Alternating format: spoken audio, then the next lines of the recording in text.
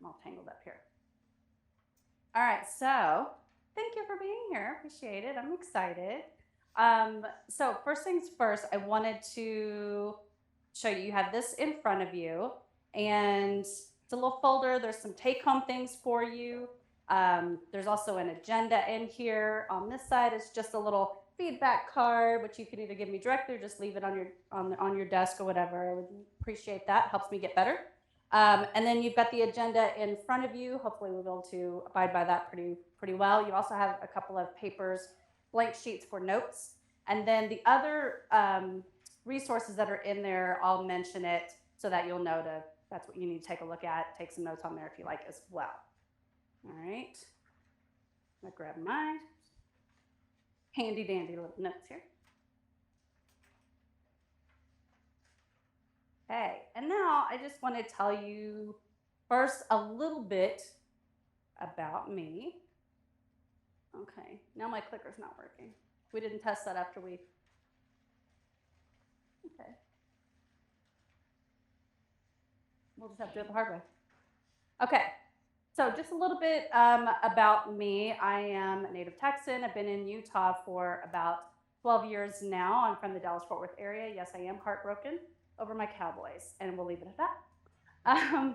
I am married. I've got 4 kids. They're all in their early 20s now, and they're actually the reason that I got into social media. I was actually in the fitness industry before I got into social media, and this goes way back to MySpace days, if you remember that.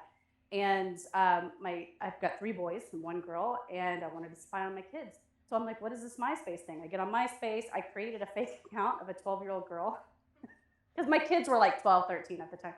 And then they all, of course, friended me. And so then I was able to like see what they were doing. And then I started like finding old high school friends and that sort of a thing. And then moved over into Facebook. I was working for a chamber of commerce at the time. And so I had access to business owners.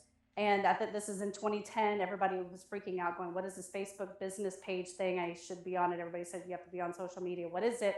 I dove into it and for the chamber. And then I started through the chamber, I started teaching classes to the business owners, little things like how to create a Facebook page, how to use Twitter. These were all brand new things at the time.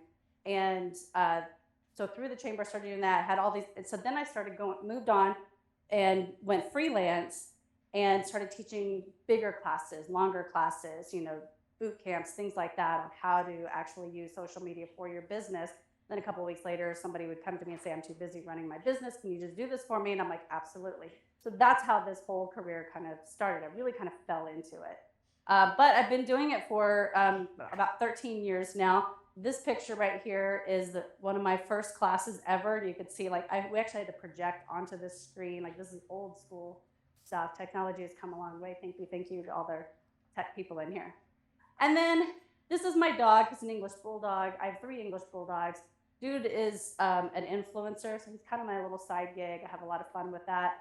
And he's got quite a following on TikTok and Instagram. And so I'm able to kind of, experiment and do crazy things with him and have a lot of fun. So that is me. Oh, look, it's working now. Yay. All right, so you remember the survey that went out. There were an awful lot of you that responded to the survey, and I wanted to show you some of the results from that. So one of the questions was about social media usage. Are you using social media to promote your business, to promote yourself professionally? And most of you said yes. A good chunk of you said no, and then a good chunk of you were like, kind of, like either I'm doing it wholeheartedly or I'm kind of like, I'll promote myself on like my personal pages, things like that. And then which channels are you using? Overwhelmingly, almost everybody's on Facebook, which is kind of a given, right? And then Instagram, but less than half of you are promoting yourselves on Instagram. And then the numbers just kind of go down from there. So a couple other questions. How many of you are comfortable with TikTok? Overwhelmingly, 47% completely clueless, have no idea, which is fine. It's the newest one out there, right? And then about half of you are like, yeah, pretty much, kind of, sort of, kind of in the middle, but nobody, well, there was like two people that were like, I'm a total expert.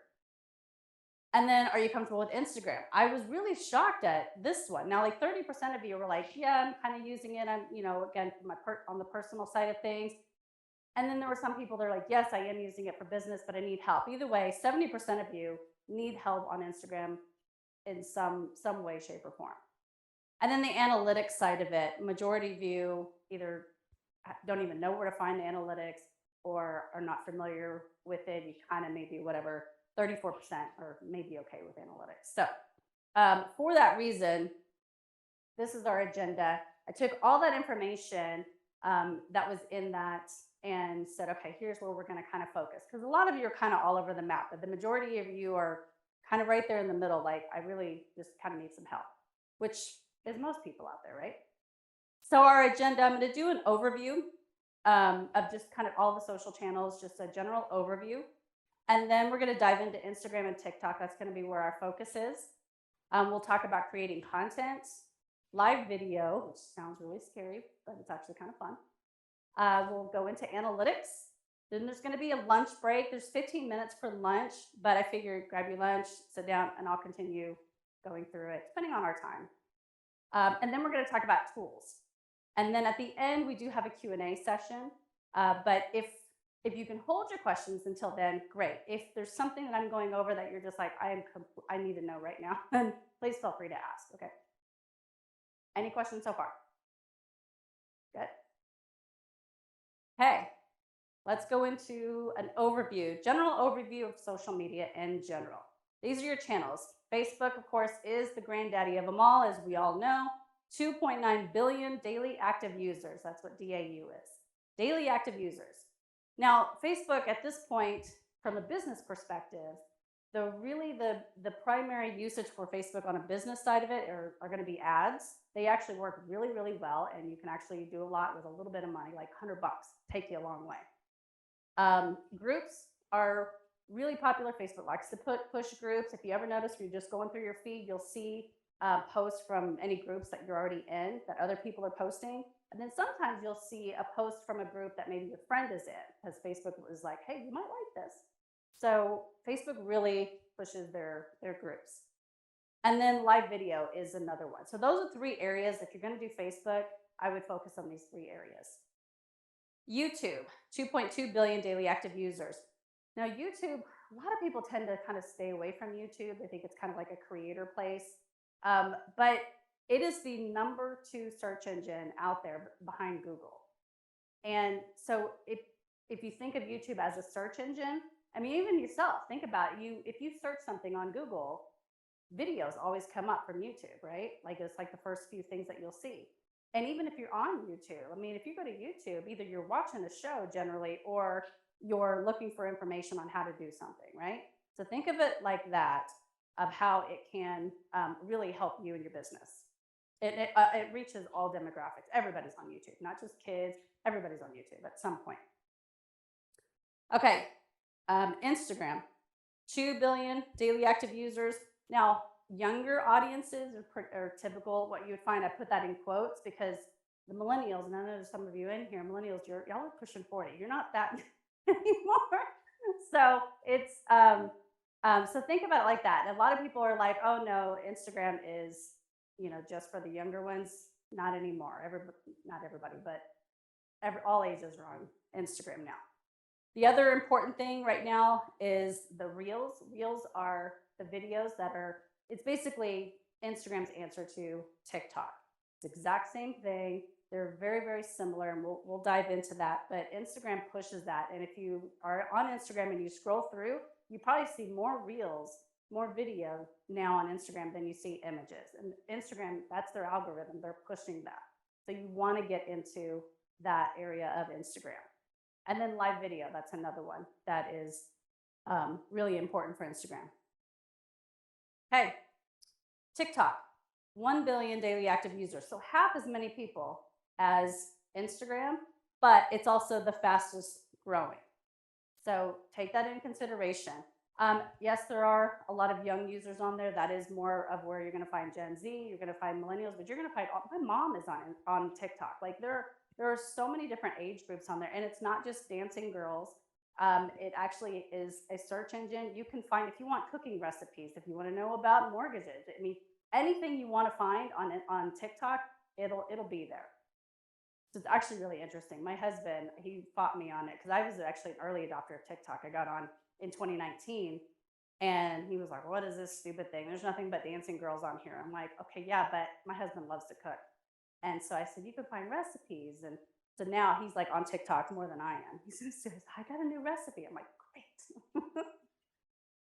Okay, so LinkedIn, only 250 million only daily active user. Obviously, it's much smaller, but it is more for professionals, information, networking. Now, you may not necessarily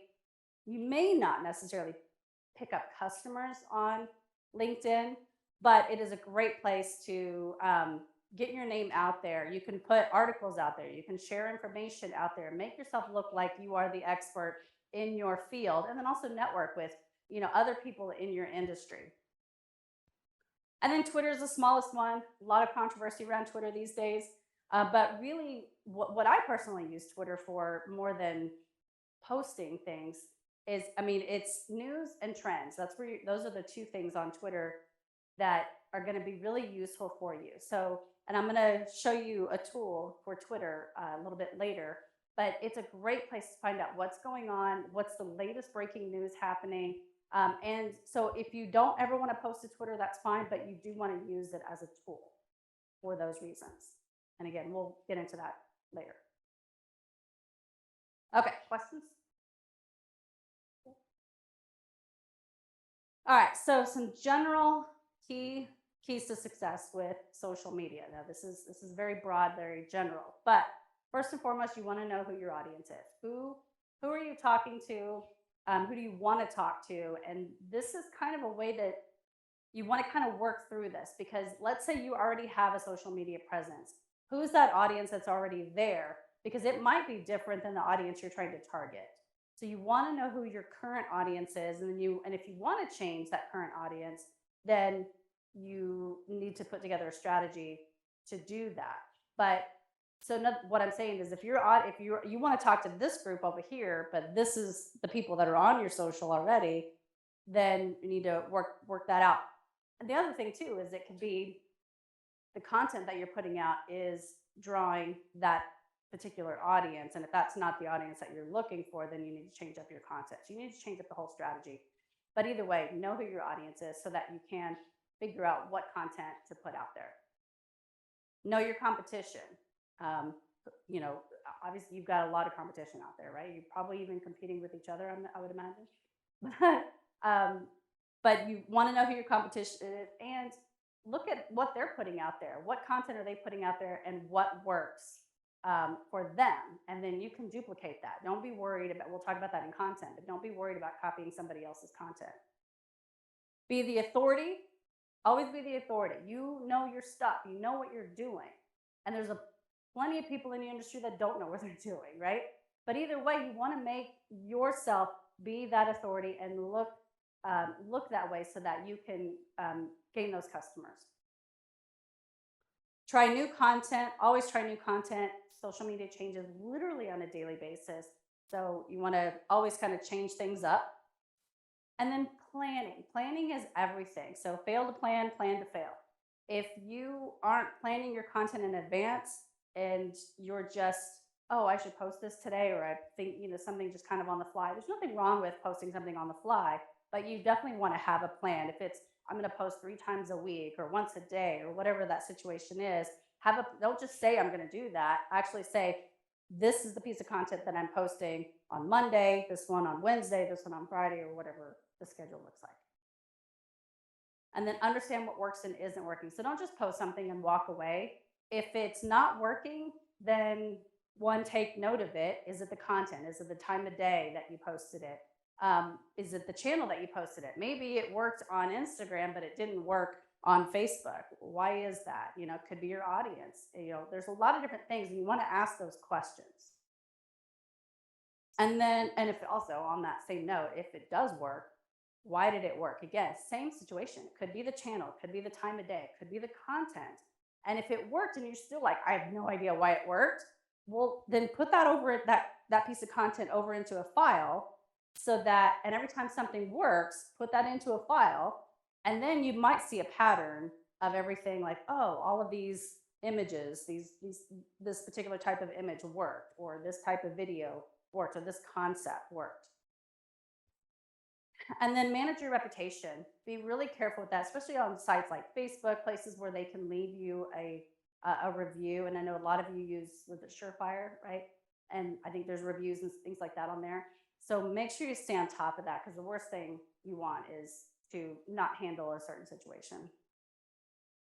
Tracking and reporting, which sounds like an awful lot of work. It can be very simplified. If you want to go really in depth in that, I can help you with that. But just tracking and reporting can just be like I was talking about a minute ago. If it works, put it in this file. If it didn't work, put it in this file. And that way, maybe once a month you go back and you just look at it.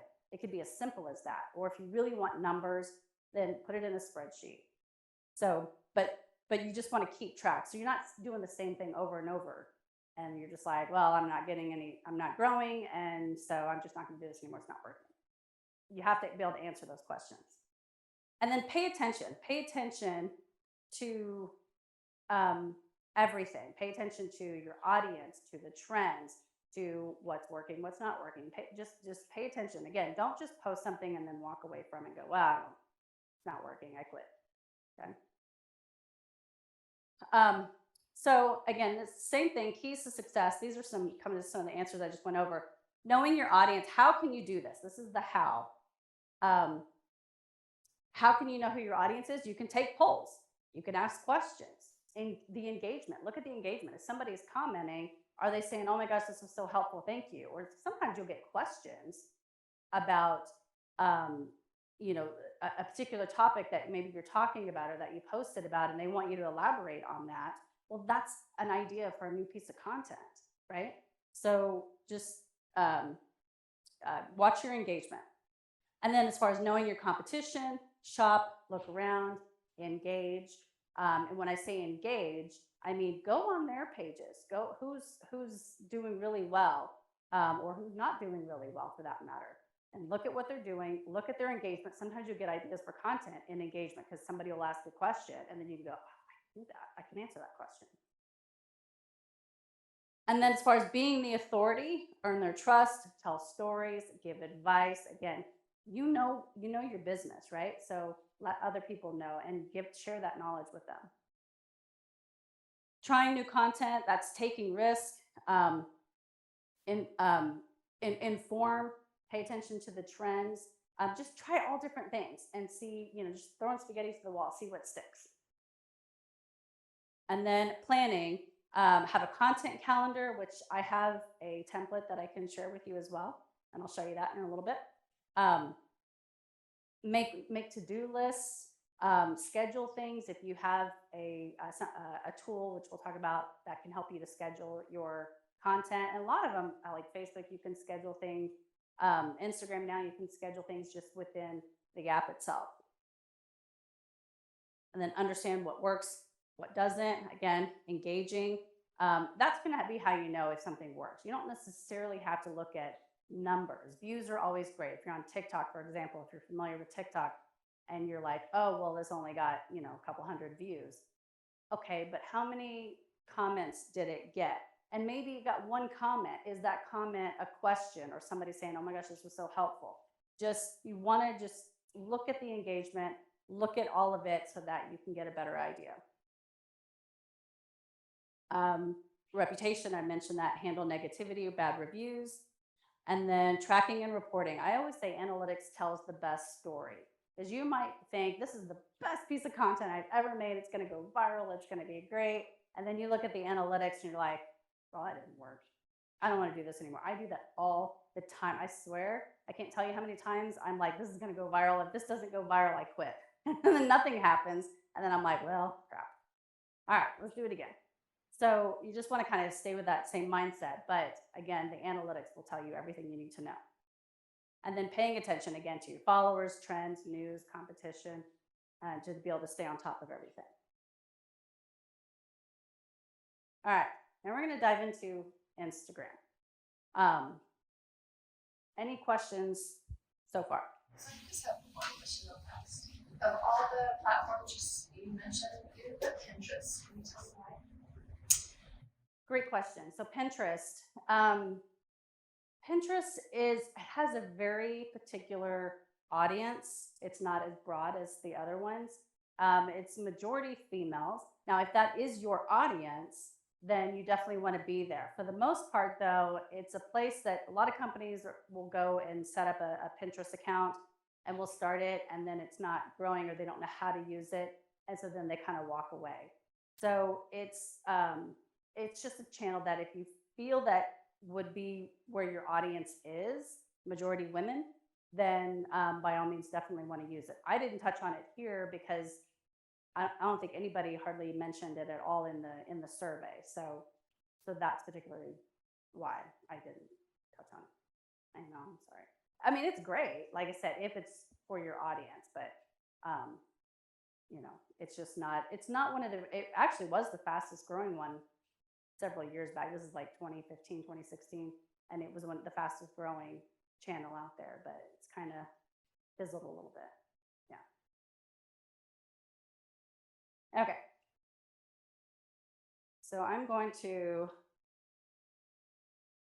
switch to my phone.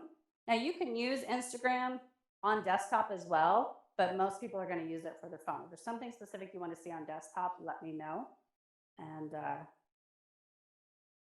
we'll do that. Hang on.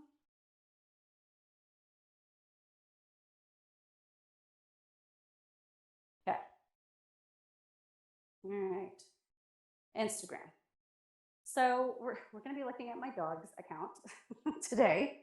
Um, this is your homepage for Instagram, or my homepage for Instagram. As soon as you open it up, it immediately just goes into your feed. Okay, this is Tonka, and okay, so the first thing first thing we're going to talk about. I'm just going to show you the navigation side of Instagram so that you can know where you're going, and then we're going to talk about your bio and how to optimize it. So just how to navigate it. This is the first thing you're going to see up top. These are people's stories, and you can scroll over, and you can actually click onto one of them if you wanted to see a story. I clicked it, and it's going to show, and we'll talk about stories here in a second. Then there's an X up at the top. I'm just to get out of it, I'm going to click on that X, and we're back to the main feed. All right, so then you can scroll through. You can see, that's interesting. Everything, there's ads in here. There's the people that you're following. This is everything similar to like Facebook or anything like that. Now, let's say you saw something and you're like, oh my gosh, that's so cute. I want to like it. I want to comment. I want to share. I want to do something with this because it's just adorable, right?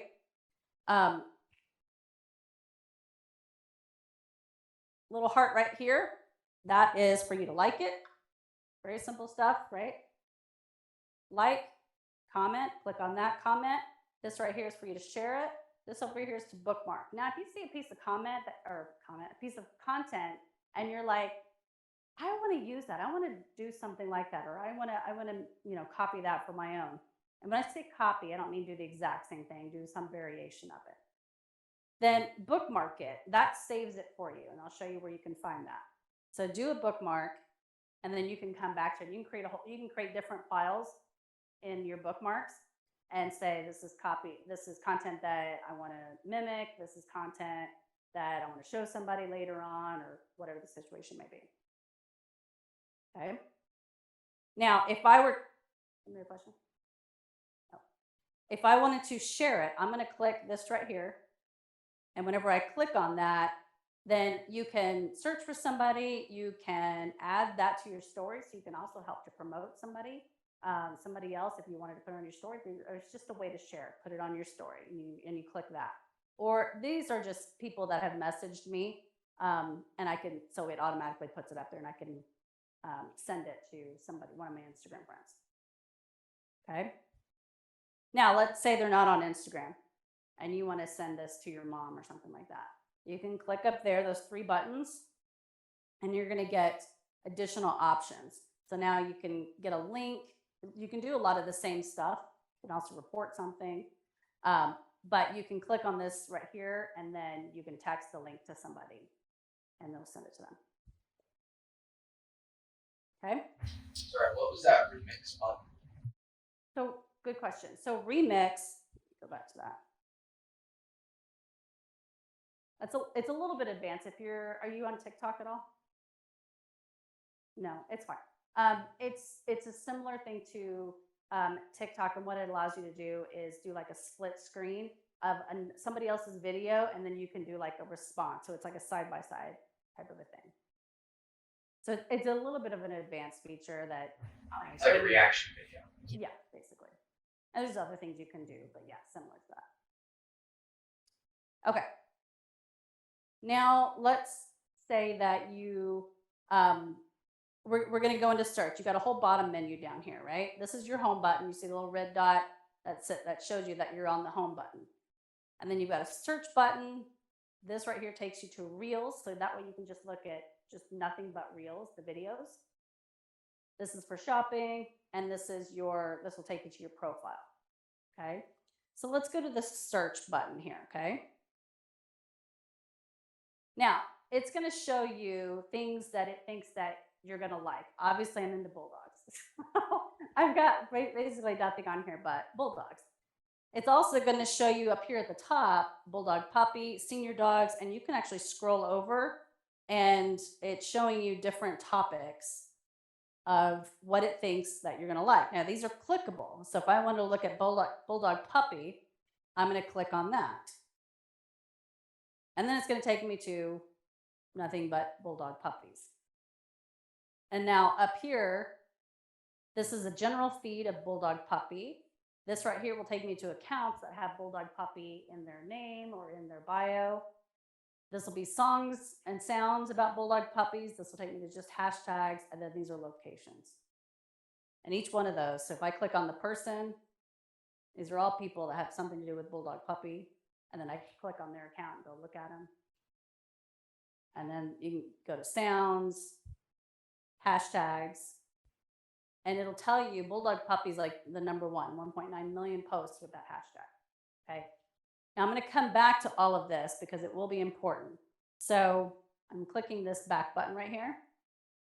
Now we're on that main search page. Now we're going to search for something. So what would be a topic you would want to know more about within your industry? Investment properties, no money down.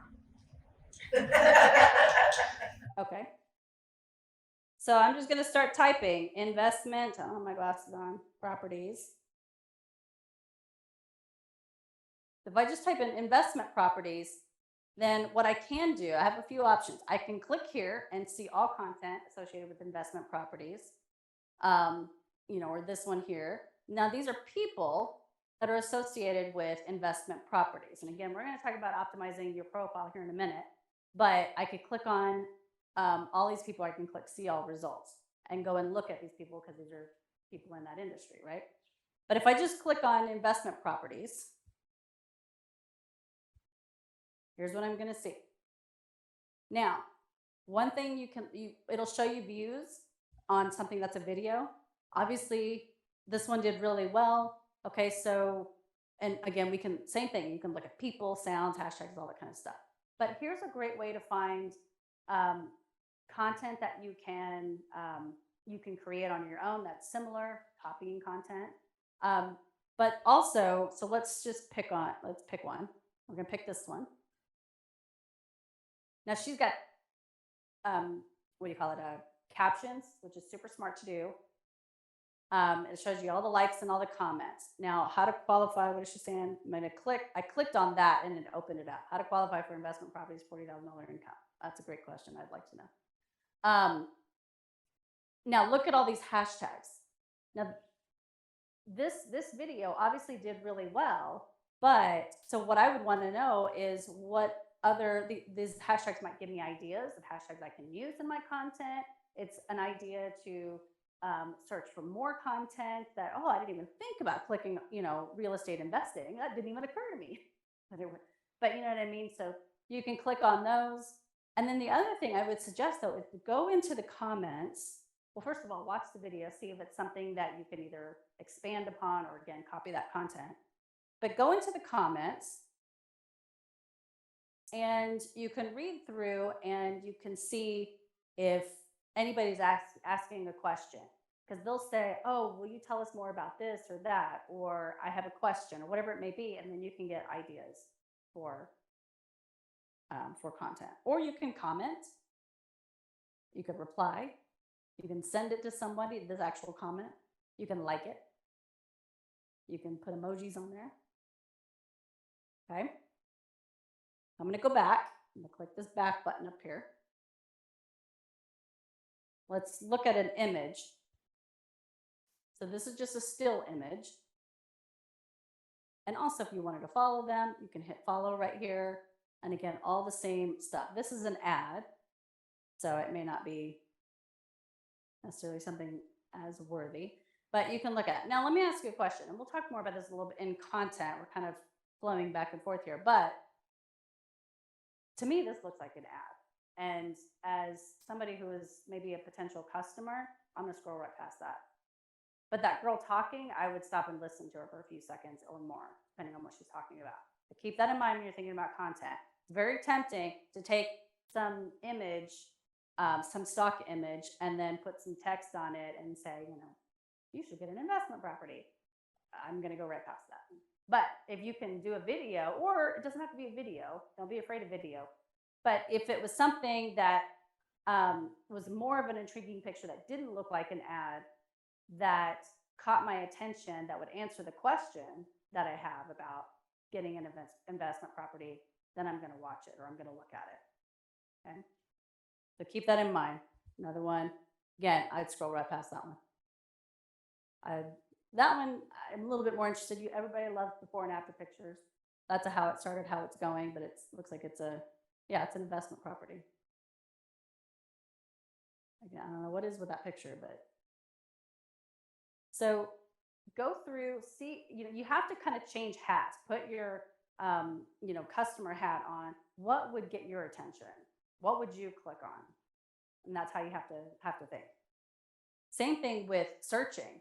I mean, most people probably aren't going to go to Instagram and search investment properties, but, because they would probably go to YouTube. They would search in Google, right? And this stuff comes up too in search results. So keep that in mind. But the thing that these reels are what's really popular right now. Instagram is pushing it, so use it. And I'm going to show you a couple of examples of how, if you're afraid to get in front of the camera, and that's totally understandable. I mean, she's a pretty girl. Obviously, she has no problem getting in front of the camera. But, not all of us feel that comfortable. But there are still ways where you can create a video and not have your face on the camera. And I'll show you that here in a little bit. Okay. So a question on Instagram. I noticed anytime I save something, it's really hard to find what you saved. Okay. Or at least it is for me. yeah. So and that's a good question. So I'm going to go to your bio now, and I'll show you that stuff as well. Okay. So I say bio. That's your homepage.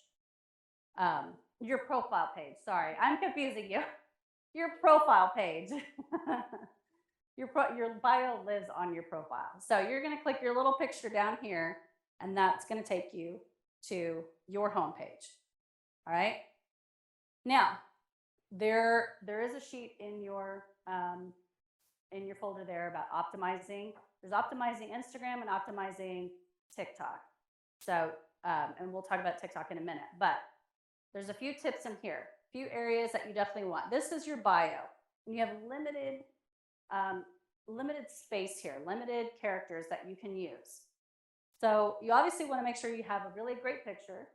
What? He's a proven stud, guys. Yeah. I have puppies right now. I have 5 big old puppies. Yes, my dog is a stud. So yeah, you want to make sure that you have a good professional picture. Don't have a picture of your family. Don't have a picture of your dog unless you're promoting your dog. Don't have a picture of a flower. Like, let people know who you are. You probably all have business cards, I'm assuming, right? If your picture's on your card, use that picture. If you're on LinkedIn, whatever that professional picture is, make sure you use it here.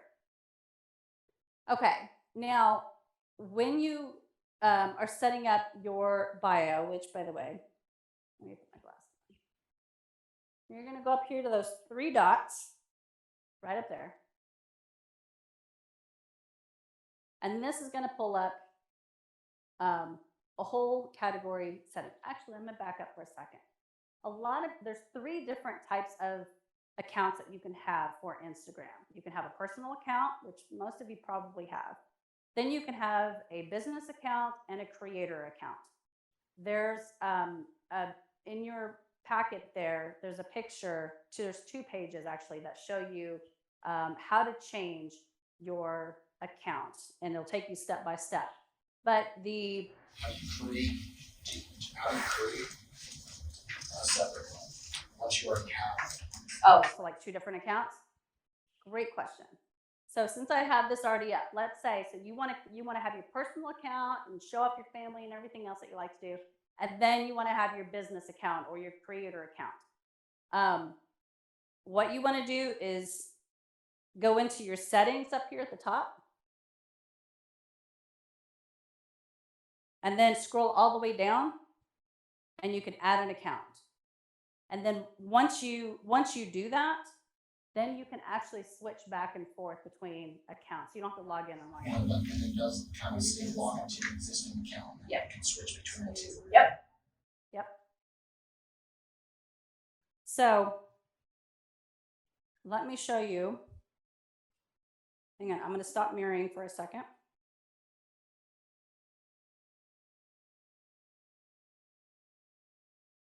So personal versus business versus creator accounts. A personal account, basically, you're just gonna have more privacy with that. You can make it a private account; nobody can see it. And that's where you want to have your family pictures and all your good stuff, right? The difference between a business account and a creator account, they're actually very similar.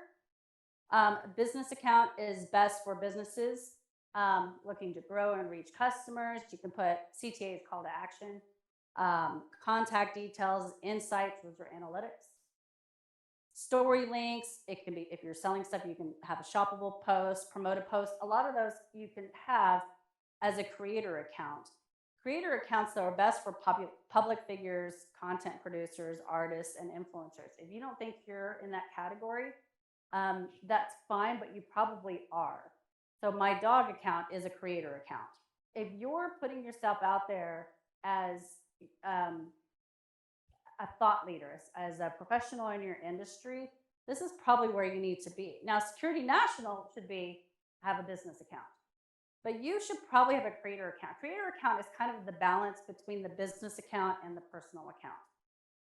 But the nice thing about it is that if you, let's say you already have a business account, you're like, oh crap, I should have a personal account. You can switch it easily. And it's literally a click of a button, and it's printed out there for you. And then you can kind of decide which one works best for you. They both have analytics, but if you have a personal account, you're going to stick with that. You can do that, but you're not going to have any analytics. There's a lot of things that you're going to miss. Kind of like the same thing as having a Facebook page and your personal page. Facebook business page comes with analytics. You can do ads. You can do all this stuff, right? It's the same thing on Instagram. So you want to have one of these two, business or creator account. All right.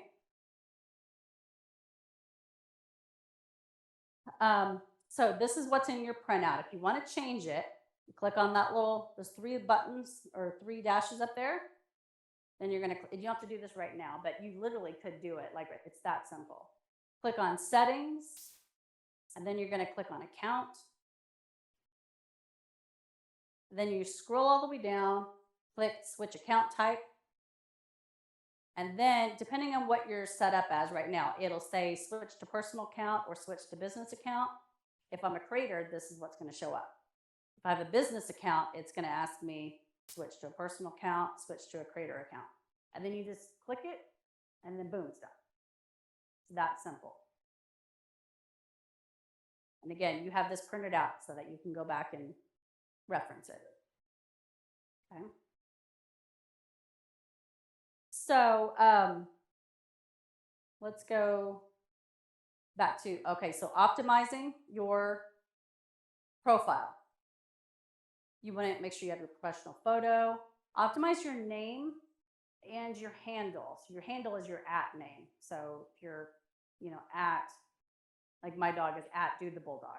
That's his name. But his name is Dude the Bulldog. His at is Dude the Bulldog. All one word. Does that make sense? You can have those things be two different things. You have a question? Oh, I thought, yeah, I thought you had a question. This is way all over the place. I don't understand. Oh, I'm sorry. Do you have a question I can clarify? No, I got it. I mean, I don't even know what a hashtag is. The hashtag is the pound sign. Well, I know that. But so, okay. I know that. Great. I don't know where they come from or what they're for. So, no, that's a great question. I don't know, remember, he's the same as me. But that's okay. That's actually, Brenda, you know what a hashtag is, Greg? that's a great question. So I've got a full Instagram account that somebody helped me start years ago. Never touched it, never had anything to do with it. I would get rid of that Instagram account because I want to completely change where I'm going. I Do you changed. have access to it or you don't? What's that? Do you have access to it? Yes. So basically in your settings, I'll go back to that and I'll show you where you can just delete the account. And I'll show you that here in a second. To answer the question though about the hashtags, a hashtag, you can make up any hashtag you want. People establish it, it doesn't matter. You could say hashtag hi, hashtag me, anything. Now that doesn't necessarily make sense. Basically what it is a way to search a certain term, a word, a phrase, whatever it is. And if you search for that, and then it'll show you all content associated with that hashtag. So if you posted a picture on Instagram and put hashtag, home loan, then I could go and just search for the hashtag home loan, and I'm going to see your content and everybody else's content who used that hashtag. Does that make a little bit more sense? I got it. So what's the purpose of it, right? Yeah, why you just don't search, like why? Well, and But so, that's okay, you can respond. no, but that's a good question because used to that's how it was. If you wanted to search something, you would search a hashtag. You can search just the word home loan and it'll still bring up that content. It'll bring up, remember I showed you how it had like the accounts, a hashtag, sounds, it had all those things. All those things are associated with just that search term. So if you just search the term home loan, you could find anything you want, a person, and a piece of content, anything associated with it. So now it's kind of, they've kind of gotten better at the search part, but kind of back in the day when hashtags were first get started, it was kind of just, you had to put in a hashtag. Will you please repeat the questions when they're asked? The Zoom people are saying they can't hear. Oh, Or can't hear the question. okay, yes, sorry. Trying to remember where we were at, but as far as if I need to, do I need to repeat what I was just talking about? We're good, just in the future, got it. Okay, so on that same hashtag note or search term, when you're optimizing your Instagram, your bio, your homepage, your again, you want to put that picture up there. Your name can be optimized. So your name, you can have your name. Let me go back to the mirroring so that I can show you. Your name can be just your name, and then your at name, your handle, can be something different.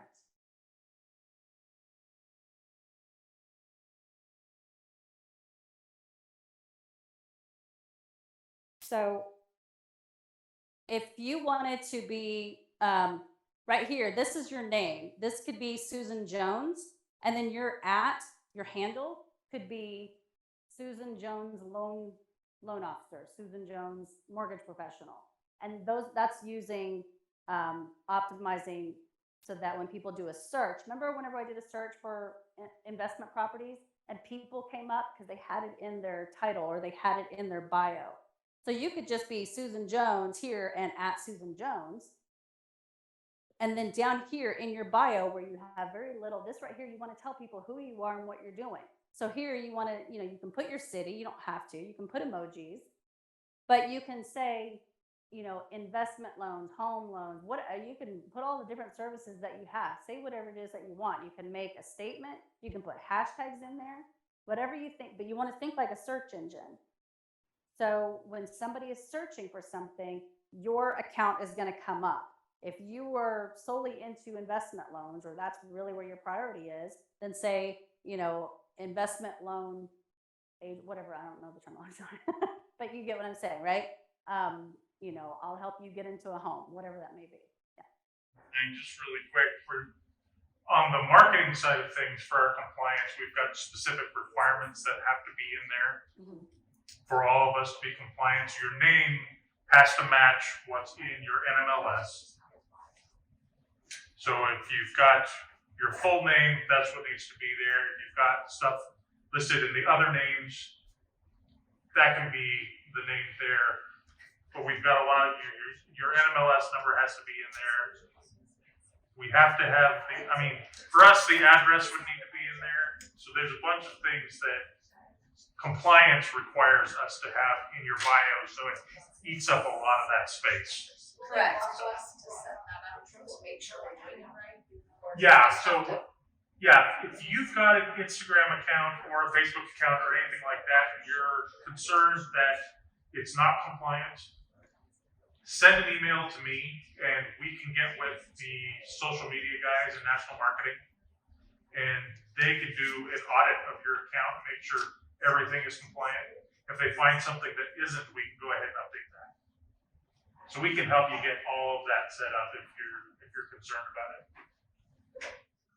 So for those of you on Zoom, you probably didn't hear that, but basically, if you're wanting, you have to have your MLS and MNLS number and all that stuff in your bio. And if you want help with it, send it to marketing. Yes, send it to Tim. Send it to Tim. Tim. And he'll help. They should know where Okay. where it all goes. All right. Okay, so here's what I did. I'm going to show you some examples. I went back to the search term, investment properties, and then I clicked up here to the people, right? The little people person. It's going to show you all these accounts that have the term investment properties in it, right? So this is his, best investment properties and whatever. You see all the investment properties Mexico, properties investment. So all these different things. I'm going to click on one of them. Click on this first one up here. Oh, that's in Dubai. There was one that was Utah. Was it? Which Yeah. one? Utah investment properties, right? Little Idaho. Oh, yeah. Okay. Let's go there.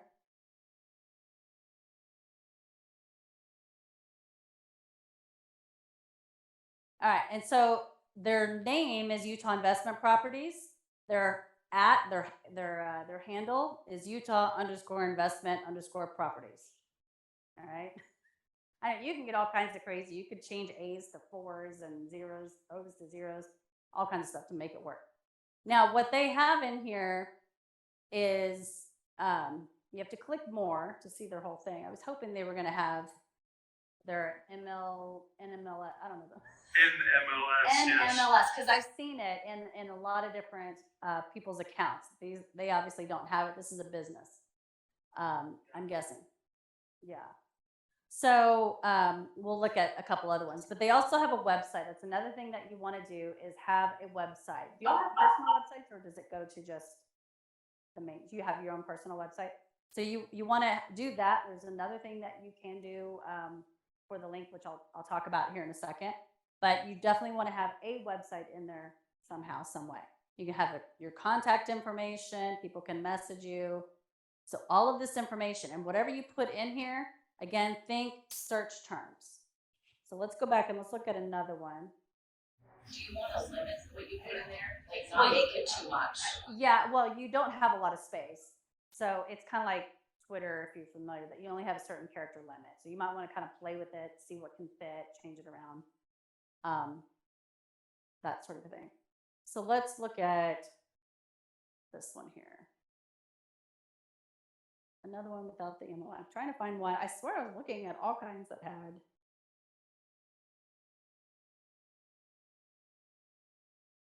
finding all kinds of, let's do a different search term. Maybe. What would be another search term? Let's do loan officer, right?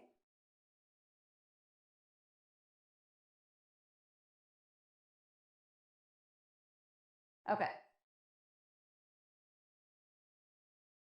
Let's try this. Okay, there you go. Top Bay Area mortgage lender, top 1%, blah, blah, blah, NMLS number, let's click the more button, phone number, email address, website. There's no doubt I can get in touch with this person.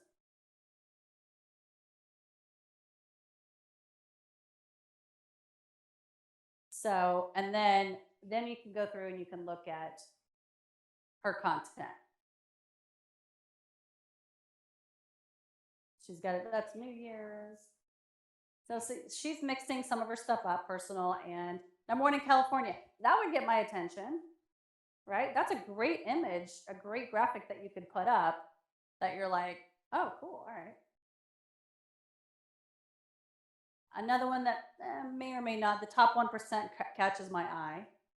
So again, just go through and look and see. That looks like an ad. That's a personal thing.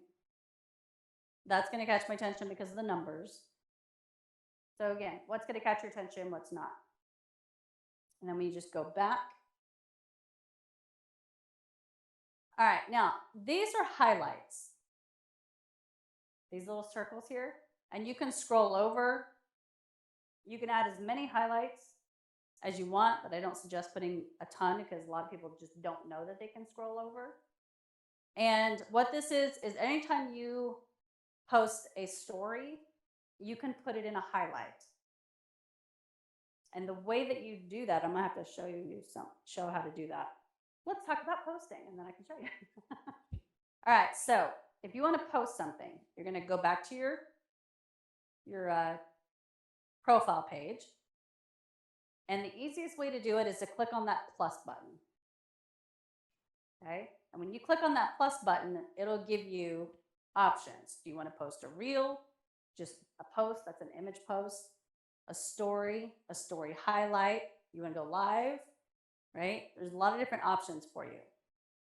Now, so I'm going to post a story to show you how to do that. So I'm going to click story. All right, and you can see, look, that's my puppy. And I'm going to post a picture of one of my puppies. So I'm going to click on I'm going to click on this. Well, actually, that's a video. You can post videos, you can post images. All right. So if I posted an image, I'm just going to click on it. This is not the greatest picture, but I'm just showing you an example.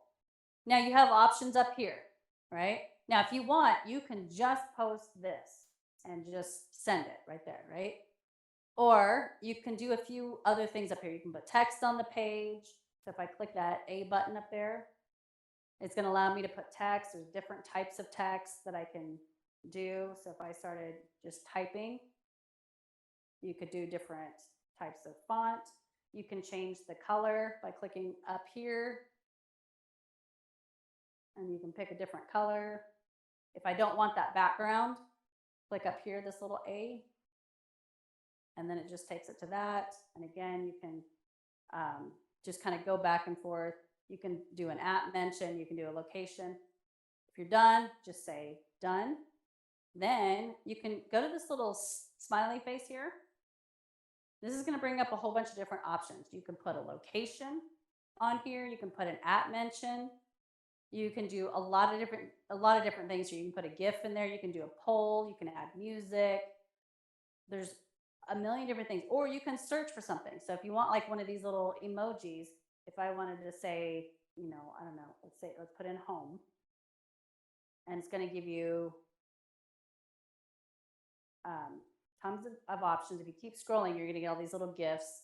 And you can, put in this little home sweet home sticker. Then you can take your pinch and zoom. And you can make it bigger. You can turn it. You can move it. I'm just doing that with my hands here. Put it anywhere you want. If you're like, oh, I don't want that, just drag it down and a little trash can appears and it'll take it away. Okay. Now, if I'm ready, then I'm going to click this little arrow button here. Now it's going to say, it's already selected to share to your story. More than one, like more than one picture, you can do that, right? Where it's like one story after another after another.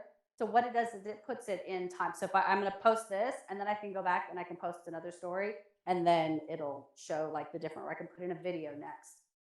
And so that's how it shows. Does it combine them to one story? Because you'll see how like it plays, and then it'll jump to like the next one, and then the next one, and you can do like 100 of them. Oh, okay. Yeah. All right, so it's automatically selected to put it on my story. So I'm going to say share. Then I'm going to have another option. I can send it to people if I want to, or I can add it to my highlight, which is what we want to do. And so you click on that. Now it's going to give me an option. I already have some highlights created, right? So and your highlights, the reason for the highlights, a story is only there for 24 hours. A highlight will keep it there forever. So that's one of the benefits of having a highlight. So you could do like, ask me anything. And these could be questions that, you're answering for people. And that's a great highlight to have. So I can ask me anything, or a Q&A, something to that effect. Now, if you don't have a highlight already created, like this plus button, we're going to make a new highlight. Okay, and then we can just say new. Say whatever you want. You are limited on your characters, so you want to try to keep it as short as possible so that it actually shows up. Otherwise, it drops off a little bit. And then you click add. And then done. Okay, and now I've got this red circle around me that says I've got a highlight, or a story. And now I have a new highlight. You see that? Now let's say I don't want that picture. I want it to look like this with the little blue background. There's a few different ways you can go about doing this. I have I go into Canva, which I'll show you in a little bit, and I create, all it is an image. So you can kind of create just the same image anywhere. But if I wanted to change, if I had an image ready to go that I wanted to change, or you can make it anything you want, just if you were to click on the highlight, so now it's there, I'm going to go down and click on those 3 buttons down there.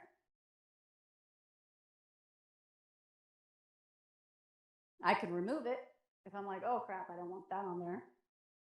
And then you can share it, you can copy it, you can send a whole highlight to someone, like the entire stream, or I can edit it. That's what we're going to do here. I'm going to click edit. And actually, if you've got a whole bunch of pictures, see how it's checked? You can uncheck it, and you can delete pictures off of there. But we're going to edit the cover. And you could either like zoom in or out or whatever you wanted to do, or click down here and you can add a new picture. And I'm like, okay, I'm going to add this one instead. And then you just click done. And so now, while that picture is not in the highlight, it is now my cover.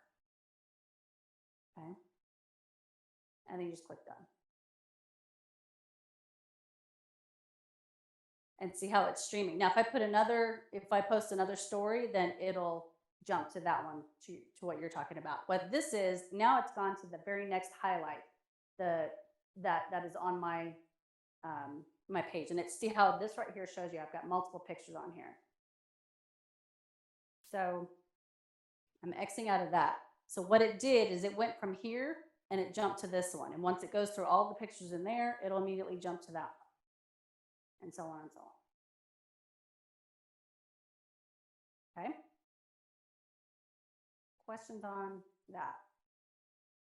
And there's a lot more you can do in stories, but it kind of goes a little bit more in depth. Go ahead. So mine's more a question for us, because I haven't been able to figure out what to really put there. Like, I don't get On the highlights? really the only thing that I've really actually liked the idea of having there is like client reviews, like pictures with the client review, because then people, that's kind of at the top and they can kind of cycle through if they want. But other than that, like I don't know if you have any ideas of what we could put. Right. So question, the question is, what are some ideas to put in the highlights?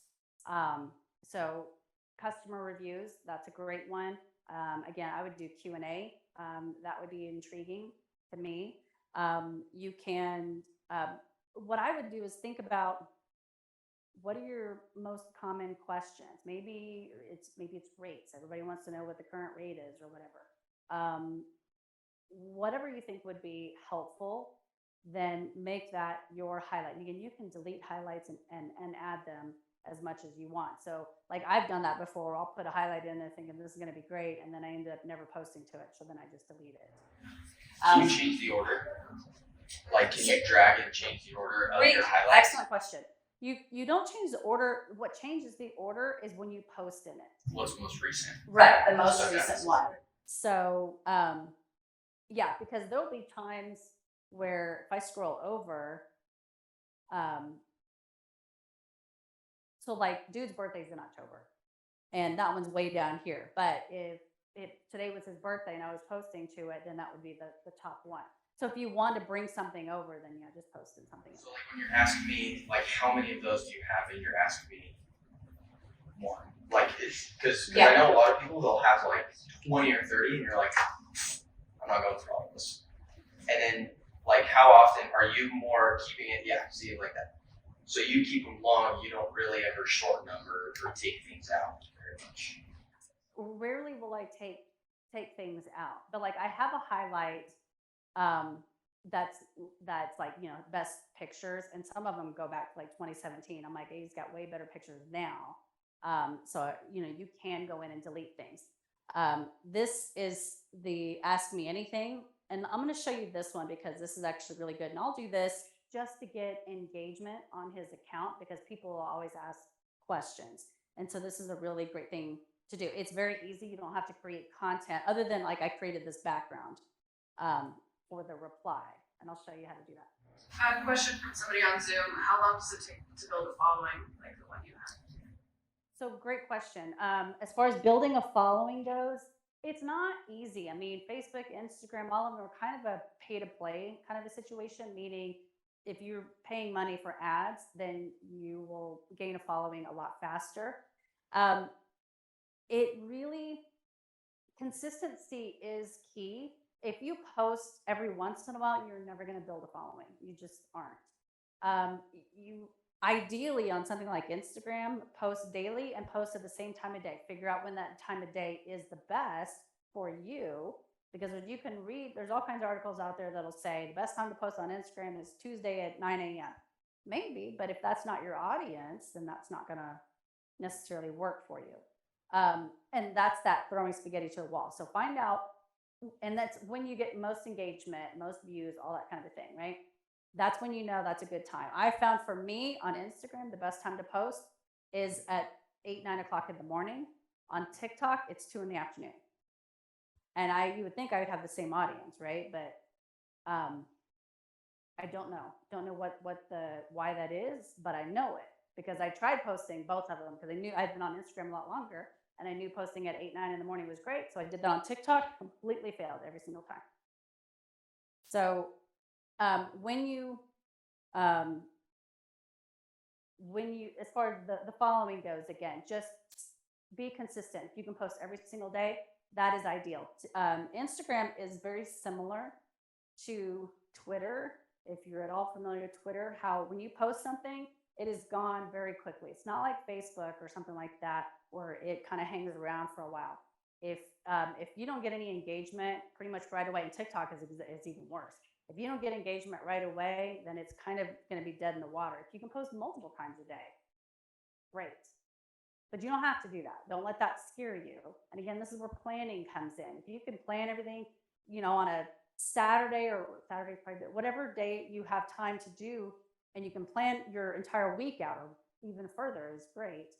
And if you can plan everything out and you know what you're going to do, then that'll make your life so much easier. Then you have everything ready to go.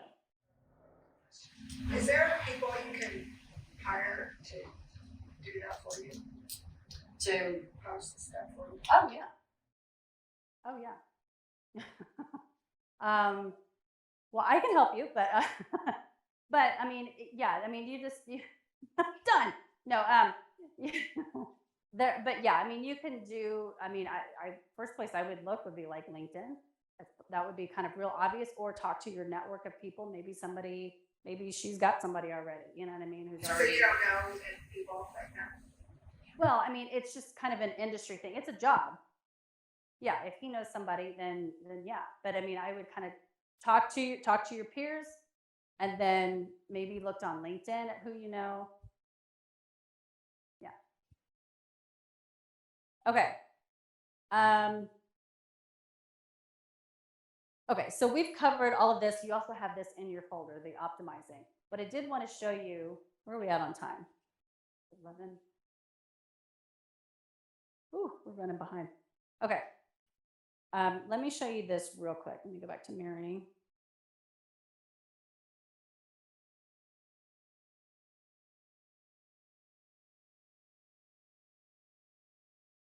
On the Q&A stuff.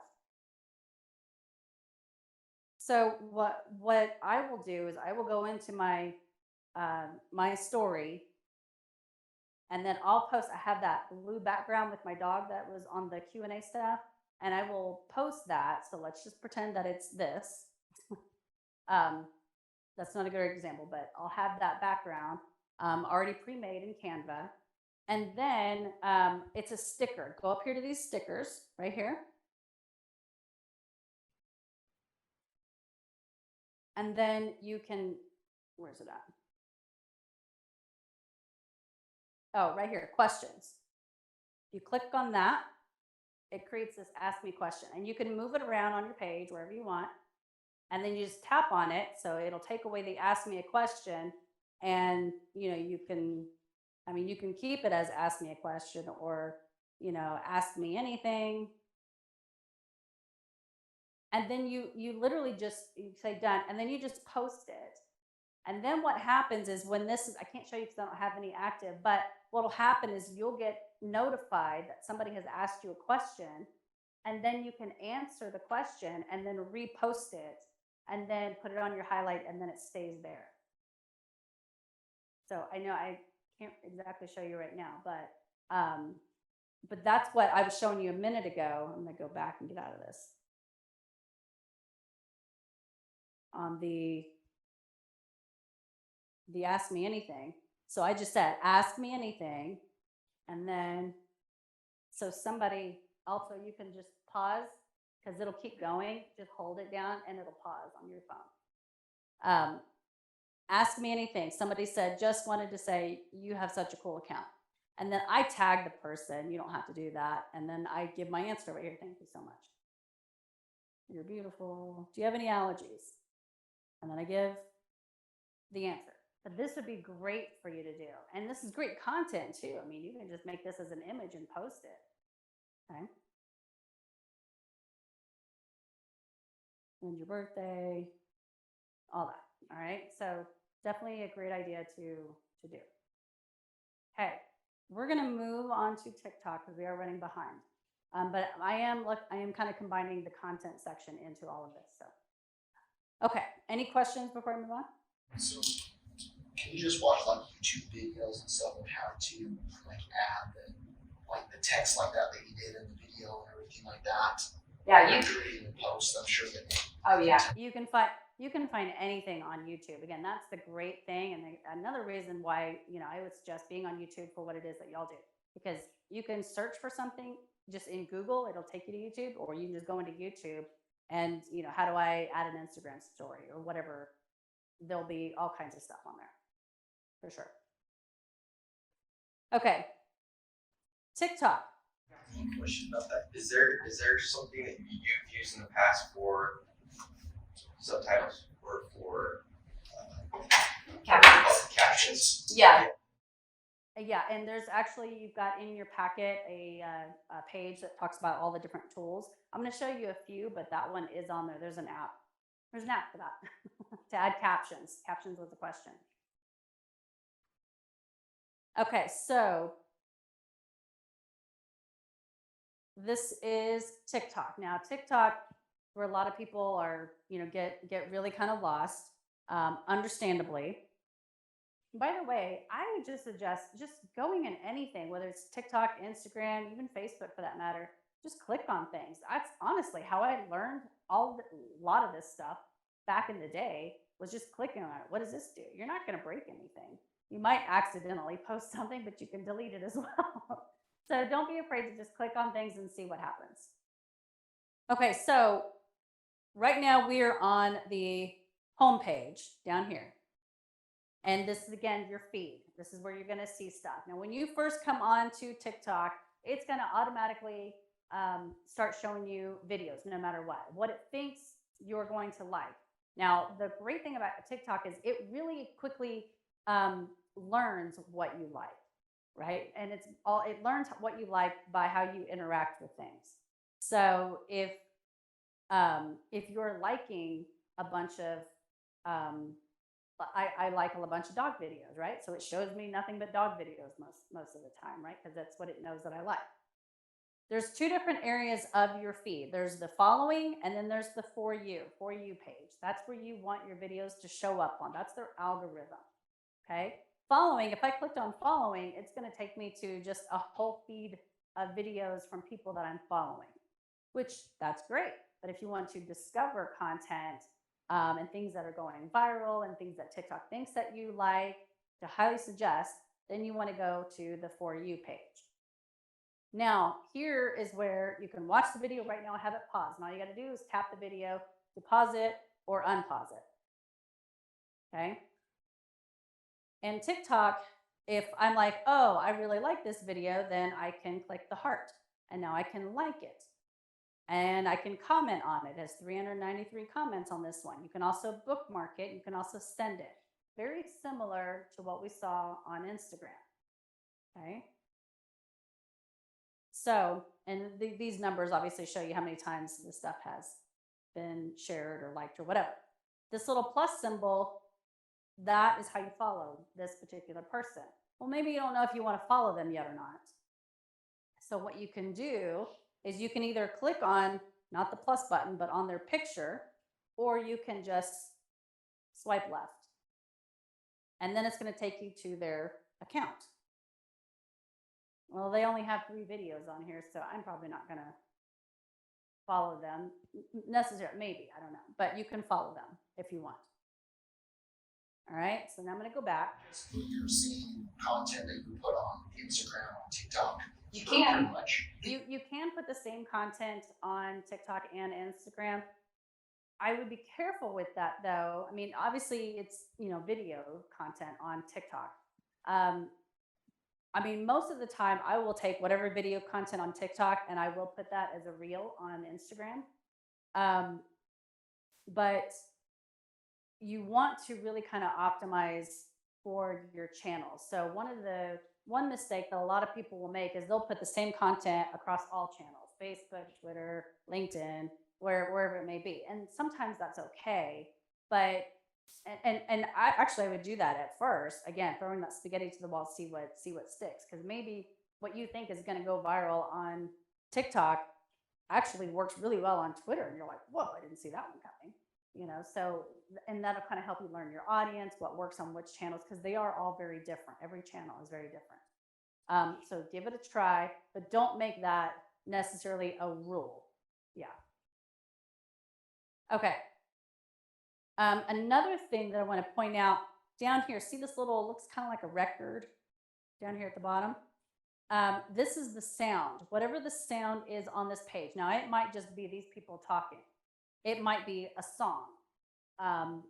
But what you can do is you can click on that sound. If you're like, oh, that's a great sound or a great song, or I want to use that, you can click on it. Or if you just want to learn more about it, you can click on it.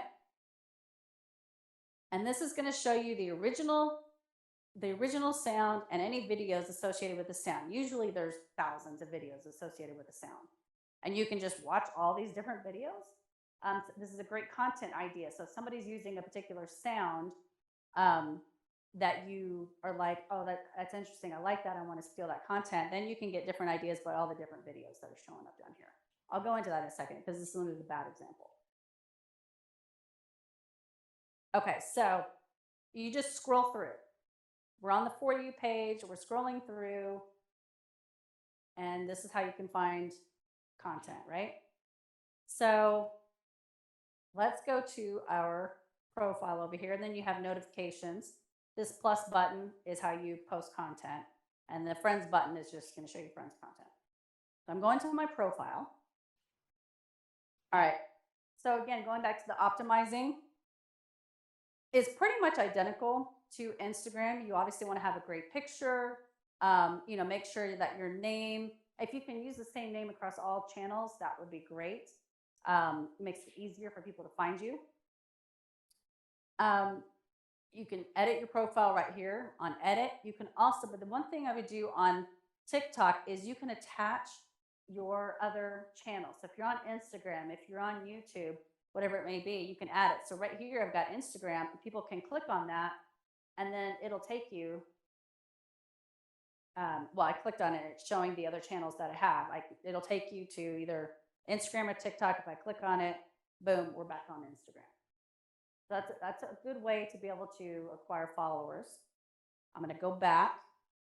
We're back on TikTok. Oh, let's get out of that. I don't know what that is. Oh, no, we're on Instagram. Sorry. Okay, so for whatever reason, TikTok really likes emojis in their bio. You don't have to put them in there, but one, they're a little bit more eye-catching. It's just a weird TikTok thing. And then, but I would also add a call to action, and you can add a link. So have your website, or we'll talk about this Linktree thing here in a little bit. The other thing, moving down here, all these little emblems, the one that it always lands on will just show you like all of your content. But if you go back, like over here, that's just like if you want to hide stuff or whatever. Your bookmarks, your likes, these two areas are probably areas that you're gonna really. So for me, you can use bookmarks and likes any way you want. Bookmarks, for me, I use bookmarks to save content that I want to replicate. I want to borrow that, I want to copy it, or there's a song in there that I liked, whatever it is, I'm bookmarking it because I want to use something in there and just be able to refer back to it later. The like button, this is going to show you all videos that you have ever liked, ever. And I use this because my husband will sit next to each other, and we collect TikToks, and then we'll sit there and show each other, and we go back and forth. And so I save all of them this way with the likes, and then I can go back, and then you just click on it, and then now you've got a video. And if you want to unlike it, you can unlike it. So that's what the state. But you can swap those if you want. You can just have likes for likes, and or bookmark, however you want to work it. It doesn't matter. All right. So if you want to, let's do search like we did on Instagram. I'm going back to the home button. There's a search button up here at the top. We're going to click on that. Now search, it's going to say, do you, things that you may like, which you can click on those. You can type stuff in. So if we were to, again, let's look up loan officer humor. There's all kinds of different things. You can pick any of those, but if we just did loan officer, it's going to show us the top videos that have anything to do with a loan officer, and you can scroll through. So these are the top. Then you can just get more specific and say, I want to look at just videos. You can look at users, you can look at sounds, you can look at lives, hashtags, any of these different things that have to do with loan officer. Obviously, you can change that. Let's go to users. And these are all people associated with that term. So then you can go and look at them. And I would suggest following these people, anybody that's good, has good content, because he has 204,000 followers. Loan officer, car guy, Florida mortgage, or NMLS. I cannot say that for the life of me. And he's got a link, and then you can go through and you can look at his content and go, is this anything? This one has 14,000 followers or views. Now, what intimidates people a lot about TikTok is I'm not an actor, I don't want to get in front of the camera, I'm not funny, whatever the situation may be, right? There's a lot of like high quality content. These are what they call creators, right? These are people who've been doing this like they do this full time, it seems like. So don't let something like that intimidate you.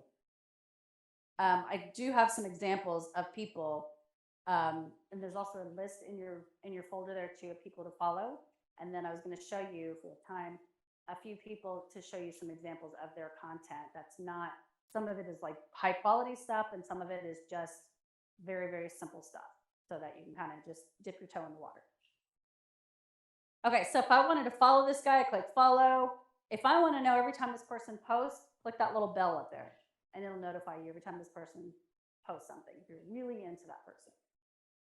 Okay. All right, I'm gonna go back. Where are we at on time?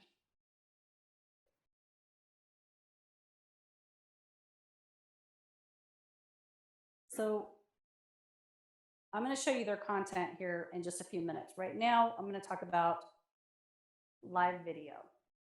Does anybody have a question before I move into live video? Actually, let me back up. We didn't talk about how to post something. I skimmed over it. The little plus button. That's going to be how you're going to post something. Now, with TikTok, you can post something immediately just by hitting that red button, and you can start recording. I'm not a fan of that one. Or you can go right down here where it says upload, and then you can upload. I'm dealing with dogs all the time, right? So it's hard to direct dogs. So I do a lot of editing, and so I can pull up this video. Actually, I was going to post this today. And so I could post this, and this video actually already has sound on it, so I'm not adding a sound. So these are my puppies, that's the mom. And it was just kind of funny. So I'm going to hit this little select button up here, and then I'm going to hit next. If you do this auto cut thing, it puts it in kind of this template mode or whatever, which you can, again, explore, click on things, and figure out something you want to do. In this case, I'm not going to do that. I'm just going to hit next. Now, I have some options, similar to kind of like on Instagram, where you can do all these different things. I can add text, you can add stickers and emojis and all this kind of stuff. You can do some editing right here. So if I were to click that, it will actually allow me to like shorten the video, which I don't need to do. So I'm going to hit cancel. But you want to add a sound, right? If any of you have been on TikTok or have seen any kind of a TikTok video, you hear people have these weird, funny sounds. Sometimes it's just music. Sometimes it's funny. Sometimes it's like something from a movie. Where are they getting this stuff, right? So click up here to add sound.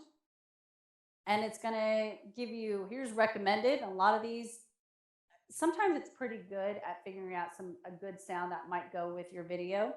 And you can, scroll through, and if you want, you can click on it and then wait and see if it'll. Anyway, while we're waiting for that to play, you can also do this: add volume. Click this volume button right here, and then the original sound. If I want to mute the original sound and I just want to have the added sound, just bring that original sound down, and then you can change up the added sound a little bit if you want. Click done. There's music playing, it's some song or whatever, but you probably can't hear it. Now let's say it's not it's a 1-minute song, and this is just a 10-second video, and it's not exactly in the part that I want, right? I want to move that. I'm going to click back up here to whatever that song is. And then you're going to click the scissors button. Now that bookmark, that's how you can save a sound. If you're like, I like that, but not for this video, but I might use that later, then hit that bookmark button right there. But right now I want to edit the sound, so I'm going to click the X or the scissors, and then you can move this bar by sliding it back and forth until you get it to the part of the song that you want. And then once you get it, then you click done. Or if you're like, I hate this song, I don't want it at all, then just click that little X button up there. And now you don't have any sound. Anyway, like I said, mine already has sound to it, so now I'm going to click next. Now, here's a few things that you can do. One, you want to, this is your copy. This is anything that you want to describe it or say something funny or whatever it may be that's going to be associated with the post, then say that here and put in hashtags. TikTok is all about hashtags, and you want to put in hashtags that are relevant. Here I would probably put in like hashtag poppy, hashtag English bulldog, hashtag English bulldog puppy, hashtag mama dog, or something. I don't know. But then, hashtag bulldogs. Any variation that I think might attract people to this video. If I'm, let me get a drink of water. So in other words, if you're searching for bulldog puppies, then hopefully my video will show up because I use that hashtag. So in your world, if you're posting something about investment properties, then you definitely want to use hashtag investment properties, hashtag, whatever other terminology that you think would be associated with that. You can also do the search like we did in Instagram, look up hashtag investment property, click on other content that comes up under that, and then look at the hashtags that they're using, go, oh, hashtag rental property. I didn't even think about using that, whatever, right? So once you get your copy in there, your hashtags, you can also mention somebody if you wanted to. The other thing too is you can select your cover. So if that part of the video is not what you want to show, you can click select cover, and then you can move this little red box over to wherever you want in the video. And then you can even add a little cover text. You can scroll over. And so if I were to click on one of these, then I can, say whatever it is that I want on here. And that'll be on the cover. So when somebody goes to your page and they're looking at all your content, they're going to know immediately this video is about investment properties. This video is about mortgage rates, whatever. It just kind of gives them an idea. Then you would save it, or you can click cancel. And you can tag people, you can put your location on there. And then some of the stuff gets into some other things. Now, add to playlist. This is very similar to highlights on Instagram. So you can create, you've got the same topic, same type of content, then you can add it to a playlist. And I'll show you what that looks like here in just a second. Make sure you scroll down and make sure that these buttons are green. What that means, obviously you want comments, duet and a stitch. Those are things that people can do, like that side by side video we were talking about. So these are just so that people can respond to your video, or they can use your video in some way. It helps with engagement, so I highly recommend it. And then if you want to, you can click automatically share to Instagram or anywhere else. I don't suggest doing that. I'll show you a better way to do it. And then you just click post. If I'm not ready to post yet, this is a way that you can kind of get all your content going and planned out. I just want to save it as a draft, and I'll post it tomorrow. But I want to get it in there right now because I have time to do it. So then you just click draft, and then it's in the drafts. Now, how do you find that? Okay, all you got to do is go back to your profile. Okay, now we're stuck over here. I'm like, these aren't my videos, right? So, because we're over here, we left off over here in the likes. Go back to this button over here. These are all this is my content. Remember I told you about the little, that's the little title card you can put in front. That's what that'll look like. These are your drafts. It's the first one. Now, if you're on my page, you're not going to be able to see the draft, but I can see the draft. So then I just click on there. I have 39 drafts. So I click on it, and then it's right there. So then I just click on it, and then go through the same steps. We're going to click next, put in do everything that we need to do, and then you're posting. TikTok also has story. This is kind of a new feature similar to Instagram. And so that's something you can add to your story as well. And it's just there for 24 hours. Okay, I'm going to X out. And it's still there in my draft, so I can come back later. So later, go on my page and like it. I'm kidding. Okay, so remember I was talking about this, the highlights, the similar highlight thing. That's this up here. So if you were to say, if this video, if I created one that was for puppies, then I would add it to that one. To right here's the little plus sign. You can click on that to create a new one. But the idea is, and you can do it after the fact too. I can go in here if I created a puppy highlight, then I can go in and this video right here, I can click on that one.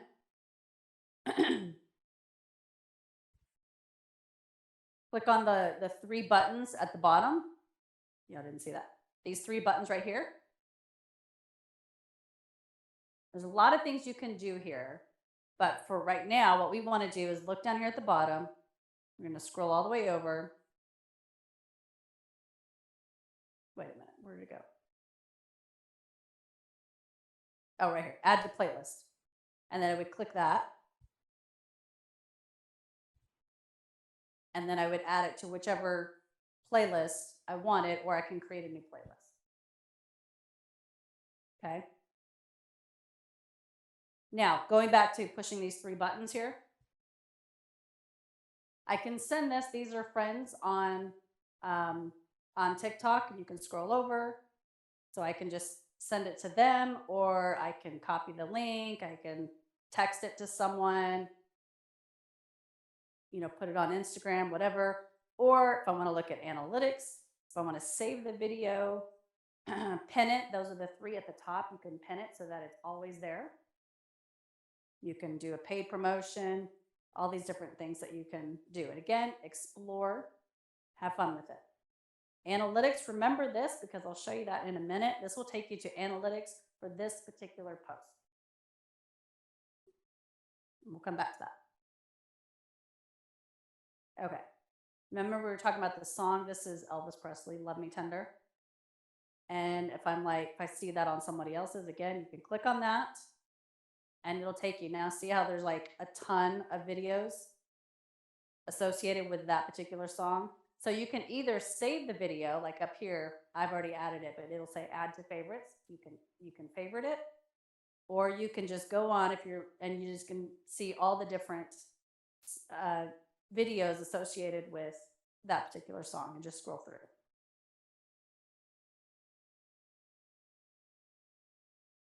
Okay. I'm just going back here. Now, if you wanted to go live, there's a few things that you need to know about going live. And actually, let me switch.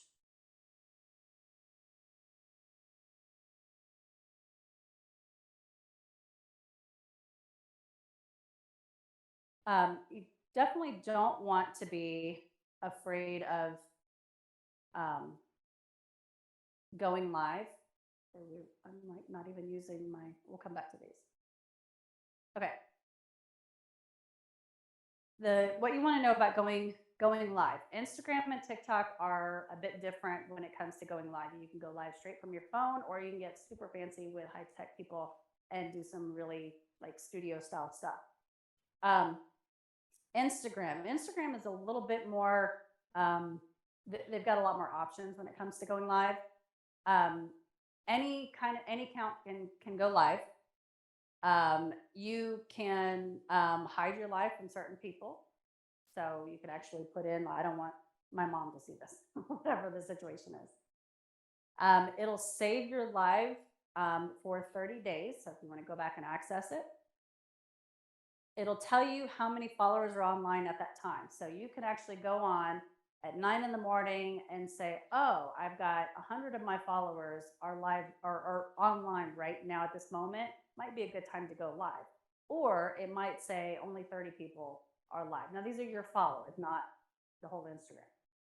And that'll kind of help you to gauge whether or not you want to go live, when it's a good time. And also just a really good thing to kind of go in and look at and say, see how many people are on at that time. Of where we can go to see that. As long as we have enough time. Anyway, you can have moderators. You can share images on the screen while live. Now, this is kind of huge, especially for like what you're doing. So let's say you want to go live and you want to talk about the housing industry. You can actually pull up a green screen behind you of images that maybe you've already created, and you can pull this up and say, you know, here's the stats, and then you can talk about it. So instead of it's just being you, it's kind of cool. And then you can invite a co-host. So maybe the two of you wanted to get together and do a live together, whether it's a Q&A or, you know, whatever the situation may be. So TikTok's a little bit different. You have to have a minimum of 1,000 followers to go live. And so for most people, that'll take some time. But live video helps you to build followers. So I highly recommend it over on Instagram if you don't have 1,000 followers on TikTok yet. And go live, because it's very interactive. It gets your name out there. Your followers will be notified. People can share it, and you can promote yourself, like on your story. Say, I'm gonna go live, you know, every Monday at noon or whatever it might be. And that's another thing. You kind of want to stay consistent with that. If you're gonna go live, you can try it out and just kind of be random about it until you kind of really figure it out. But eventually, kind of get on a consistent pattern with it. TikTok, the nice thing about TikTok is that it will put your live videos in the feed. Instagram doesn't do that. It'll notify people that you're live, but Instagram will put it on that For You page. So then all of a sudden you've got people that are on your live that don't follow you, have no clue who you are, but they're like, oh, well, you know, he's talking about, this is interesting, okay? And then maybe we'll start engaging or follow you or share it. Okay. It'll save your live into an archive for 90 days, and it also will allow for moderators. So let's jump back.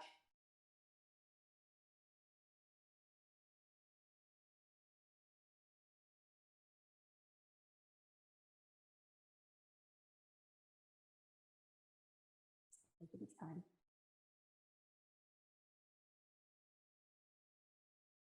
Come on.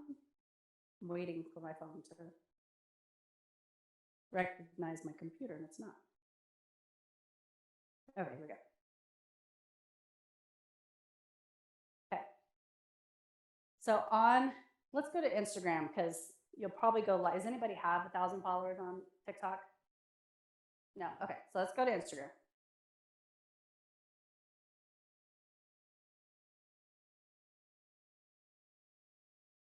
Now see right here, it says Luke and Layla are live. I just got a notification. And up there at the top right here, it has the live button on there. All right, so let's jump in there just so we can get an idea of what it looks like. So this is a dog mom, but she's got one person, two people, that's probably us now, that are watching her live. But that's okay, because the more you go live, Instagram likes that, and so it's going to kind of, you know, praise you for that by throwing your stuff into the feed, into the algorithm. Now I can request to join if I really wanted to, and then if she said yes, then that would bring me on, and all of a sudden now both of us are live. I can share it. I can ask a question. See this little question button down here. And what that'll do is it'll send the question directly to her, and then she can choose to put it on the screen and respond to it. I can share it, I can like it, I can add a comment. Or I can click this X and get out of here. Or I can click her name up there and go to her page. So I'm gonna get out of there. Sorry. Some things come up that you can't control. Okay, so if I wanted to go live, again, click this plus button. The plus button allows you to post, add a story, go live, whatever it is. I'm going to click that post button. Now, down here, a lot of people don't know this, but because right now, this is just how you would post like an image post, or you can do a video. But you can scroll over and you can post a story, a reel, or a live. And look, 45 followers are active right now. So then what you can do, you have some options over here on the side. this top one right here, this right here, you can add a title, and you could actually set this up ahead of time. You can also schedule lives too. So you can add your title in here. If you want to do a donation thing, you can do that. This third little button here, this is kind of cool actually. So I don't know if you saw that I did that. It's not letting me get out. See this little button, little half moon thing? This will let you change your audience. So usually lives default to public. You can practice. So we'll do that right now. I'm going to click that. Click practice, set your audience, and now I'm going to go live. Checking connection. We're now practice. What this means is I'm live, but nobody can see it. And if I wanted to, I can invite 1 or 2 people, and that way you can give me some feedback or whatever the situation may be. And now I can, nobody can see us, whatever. But then I can like set it up. You can also, if you click on this little button right here, it'll turn the camera around, and now it's on me. And now I can sit here and go, okay, I'm gonna practice. Let's do this. And you can practice as long as you want, and nobody sees what it is that you're doing. This little picture button up here, this is how you can, now I got a picture. Now I can be like, you know, today's stats or this or whatever, whatever the situation may be, right? You can do that. And again, practice with it and see if it's, you know, if it looks right, if your lighting is right, whatever it is. Okay. All right, now to get out of this, just click that X.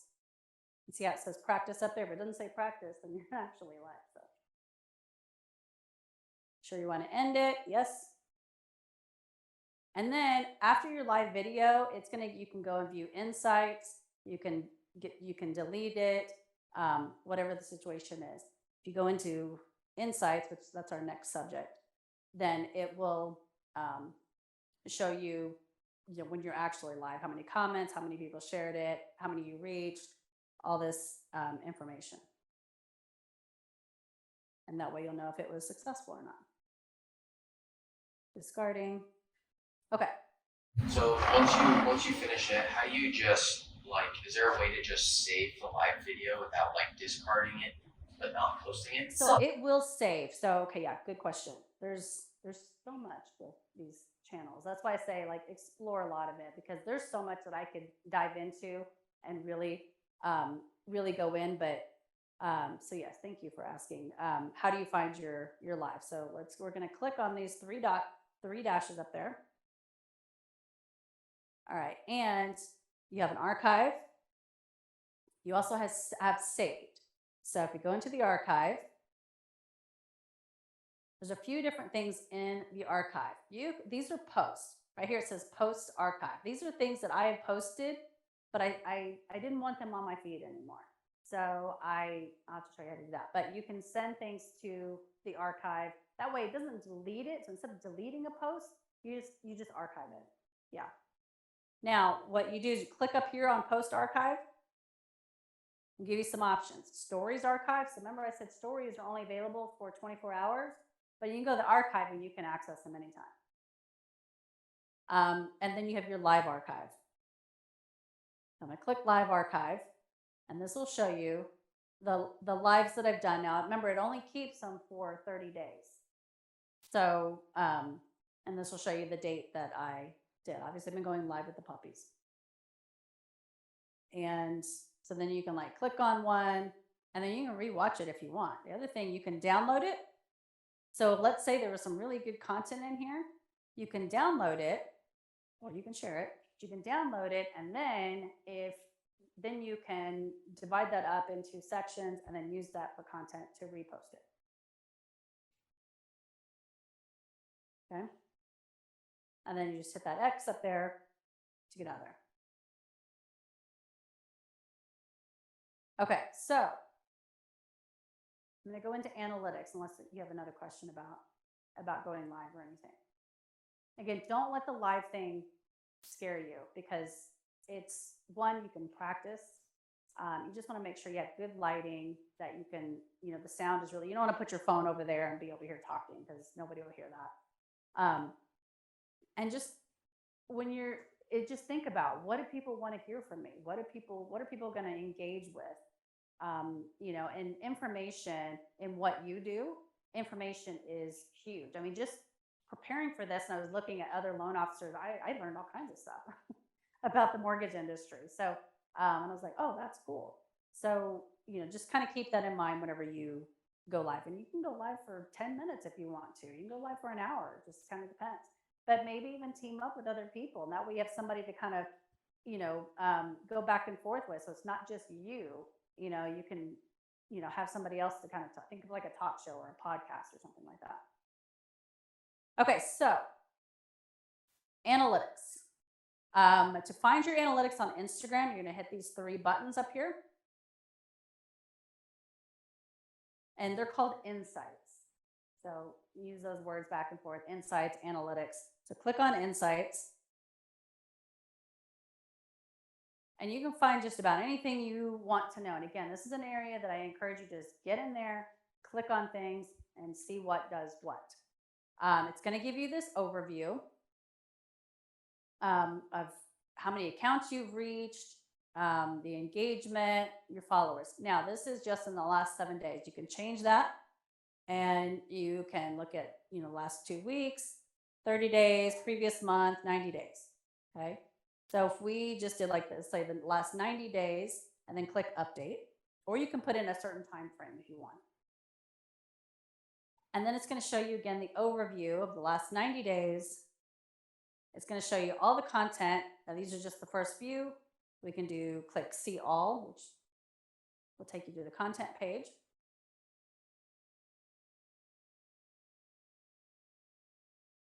Now, in the last 3 months, right now it's looking at reach, and it'll show you which video had the most reach, and it'll go in order all the way down to, stuff that didn't have anything, right? Now you can change up here, you can change the parameters so that you can determine what it is that you want to look for. So accounts reached, maybe you just want to know, on the, like, what shares, and then like the highest number of shares, lowest number of shares. So this is where you can determine what was good, what was bad.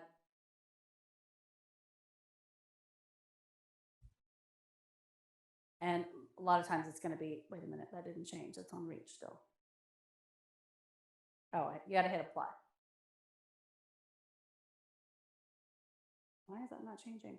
What did I do? No, I didn't click it. You have to click it and then hit apply. Okay, so this is just looking at shares. Obviously, this was a big hit.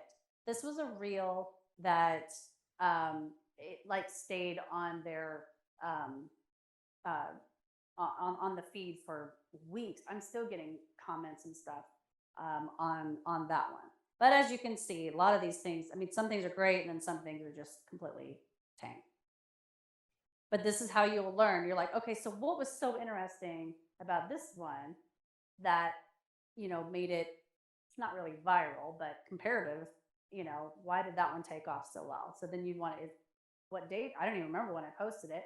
What day did I post it? What time of day did I post it? All that stuff. So what you can do, you can go into each one of these categories.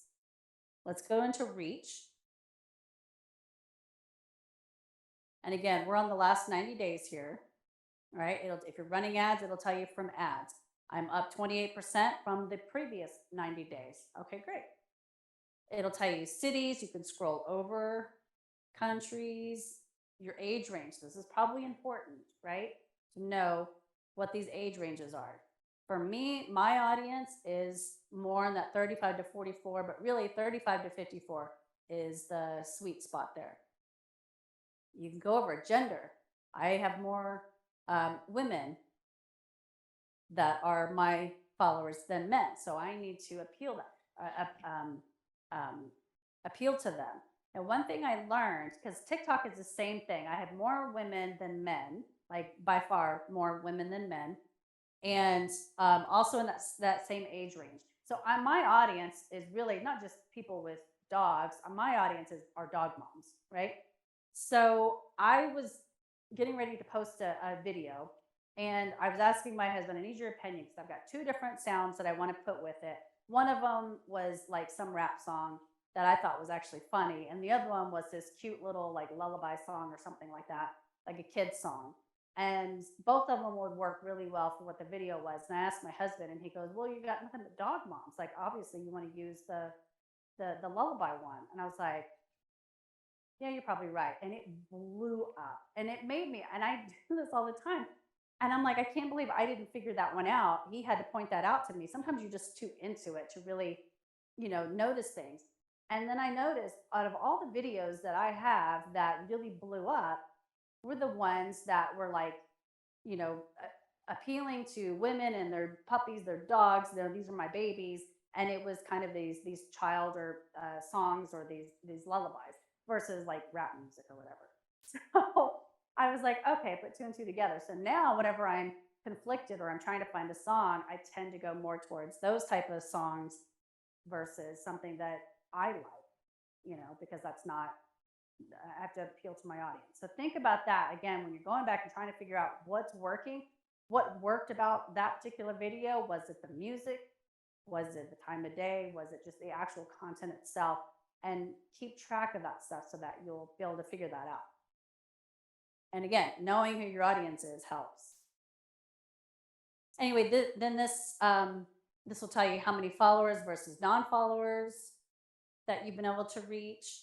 And then it'll also tell you, look here, Reels. This is all my content, not just one post. Out of the last 90 days, Reels have reached 558 people or 58,000 people versus posts which only were saw by 28,000. That's a huge difference. Why is that? It's not that I'm posting more Reel. Actually, I am, but I'm doing it because of this right here, because Instagram is pushing Reels more than posts. If you're just putting up nothing but image posts, then you're going to have a slower growth than if you're posting Reels, because that's all you see. You notice you get on Instagram, you're seeing Reels one after another. Okay. And then stories, live videos, and then just videos. There is a difference between a video and a reel, by the way. Because whenever you go in and when you post something, when you post a reel, it'll show up on your feed as a video. But if you just post a video, it doesn't necessarily show up as a reel. I know that doesn't make any sense. But whenever you post something, make sure you post it as a reel. So that, Your time, right? They only do like 90-second reels, right? That's at the max. Or is it most? TikTok's 3 minutes. TikTok's up to 10 minutes. You know what? Sorry, I'm just I'm gonna click that. I don't know the answer to that actually, because most of mine are really short. But I can find that answer. I mean, you could probably. 60 seconds. You know what? Shorter the better. So I wouldn't suggest doing anything super long because people have such a short attention spans. Yeah. And it'll even show on TikTok. It'll show you in the analytics. I'll show you that in a second.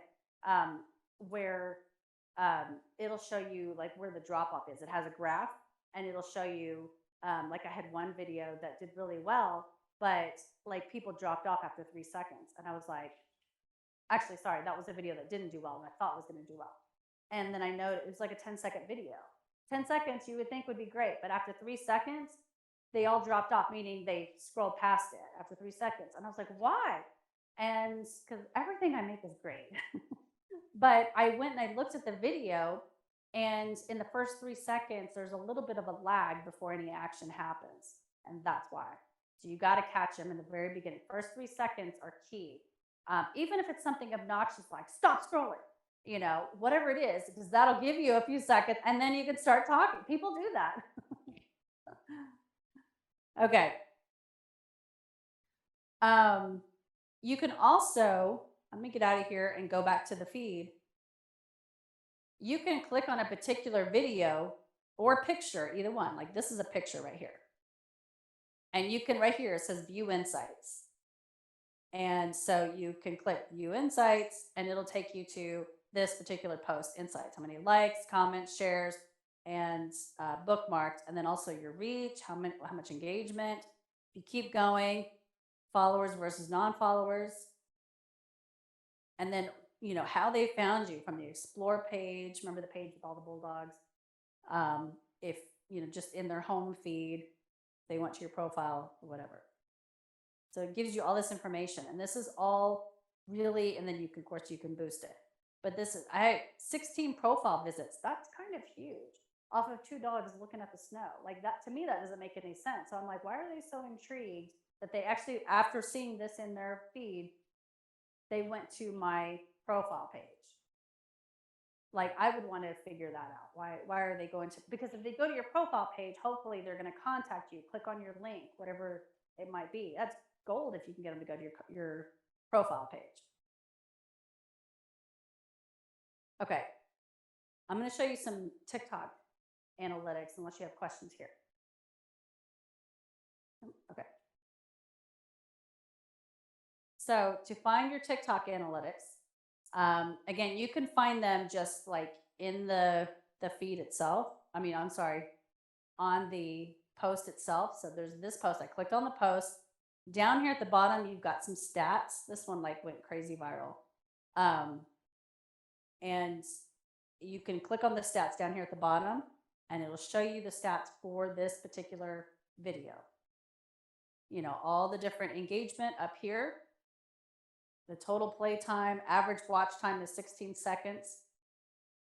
How many people actually watched the full video? Only 23%, but it went viral. What happened with this video is, he's playing with this little water fountain thing in the summertime. Apparently there was some drought going on in Mexico, Monterrey, Mexico, and this video hit their feed or whatever, because I got so many comments saying I'm wasting water. There's a lot of negativity. But hey, whatever works, right? But yeah, that I was wasting water. How could I do that? How could I be so thoughtless? And but they were all like from Mexico, because it was in Spanish, and I was like, why am I getting all these Spanish comments? My husband speaks Spanish, and I was like, what are they saying? And there's actually a translate button, so you could. And he was like, they're mad about it, wasting water. I was like, oh, okay, I'm sorry. Sorry, you were out. Well, yeah, I know. I'm like, sometimes that could just happen. So that's, again, going back to pay attention, make sure, you want to look at all the negativity, because in that case, there's nothing I can do about it. I can't change. That's just, but I could be a little bit more sensitive about maybe the next thing I post. My dog has his own pool. We have like what do you call it? A stock tank pool that's for my dog. And so in the summertime, I've got tons of videos, and I was like, are they going to get upset if I show my dog swimming in this pool? I don't know. So you just, something to kind of pay attention to and think about, but so the retention rate, this is that graph that I was talking about. And you can see it almost always drops off in the beginning because people are just scrolling through TikTok.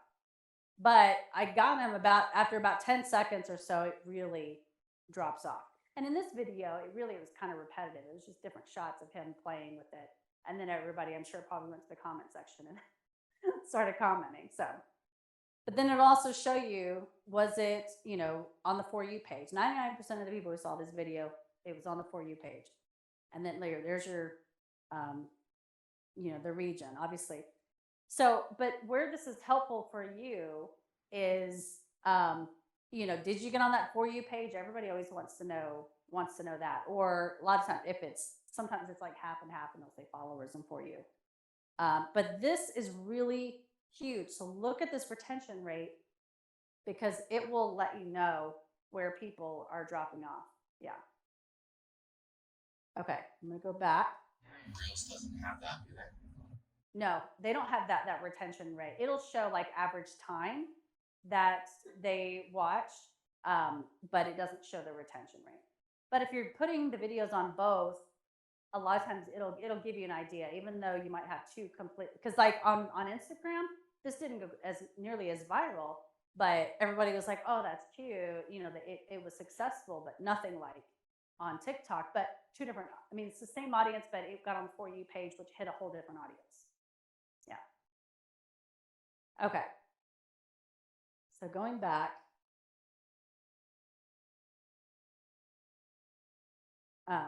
okay, so to get to all your analytics, I clicked on those 3 buttons up there, go into creator tools.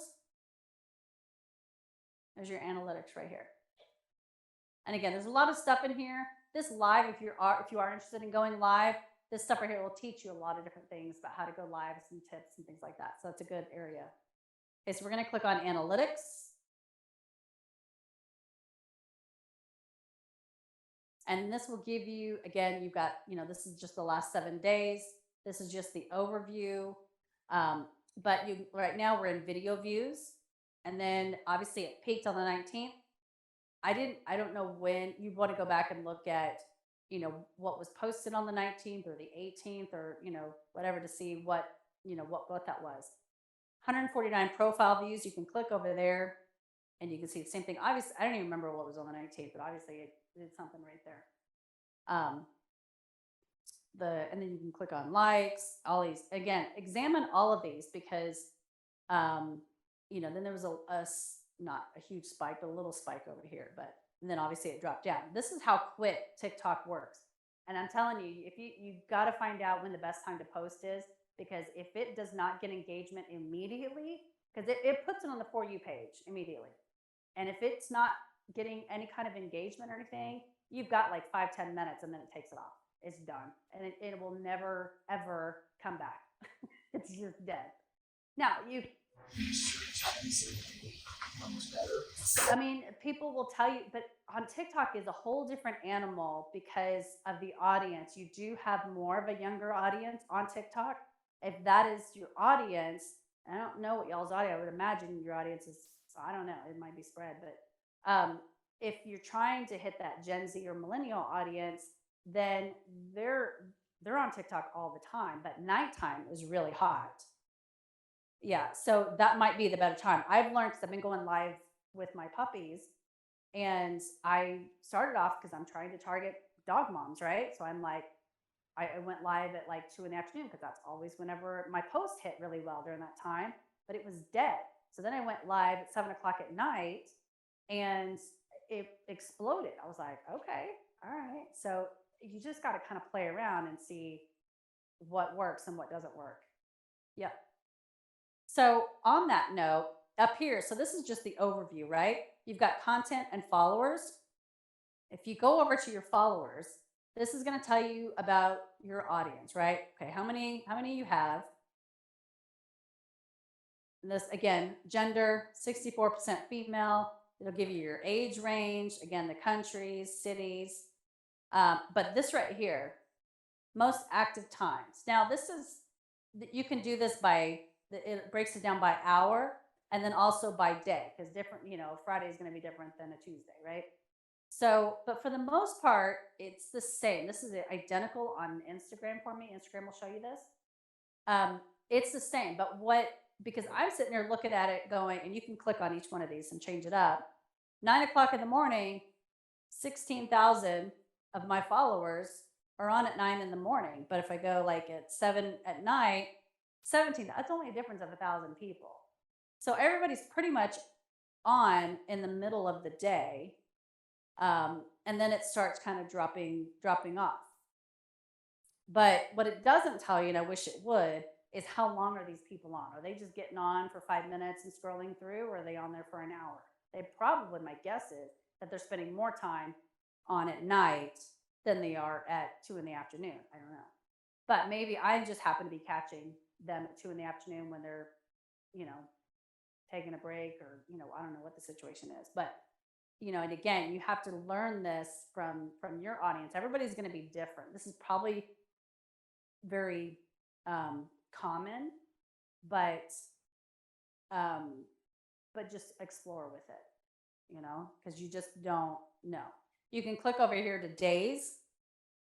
And this is kind of interesting, even though it looks exactly the same, no matter what day it is. There's 53,000. See, this has changed. It used to actually tell you the day of the week. I don't know what day January 17th was or the 18th. But you can see it change slightly. My guess is during the week, there's a little bit more. Weekends tend to die off, especially on Instagram. For me, might be different for you. For me, my weekends are pretty dead on the weekends. on Instagram, and then but TikTok is busier.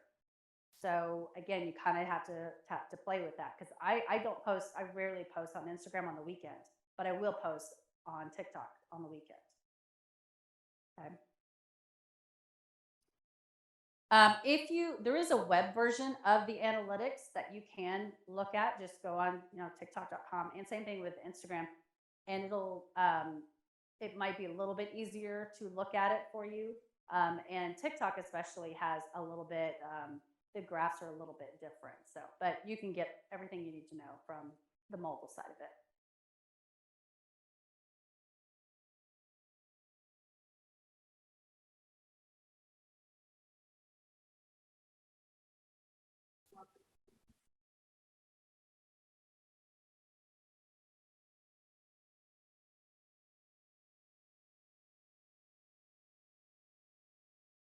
So I know y'all are eating, but I was going to show you real quick for those that are interested. I'm going to delete something off my story, and I'm going to show you how to do that. It's actually really simple.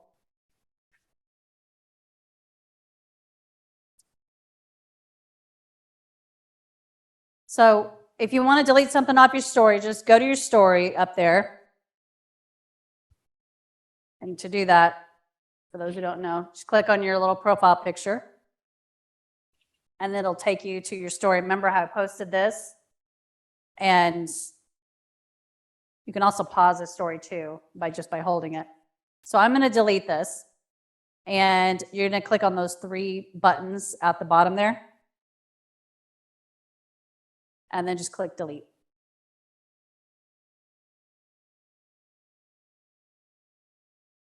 And my Instagram and Facebook are connected, so I'm deleting from both.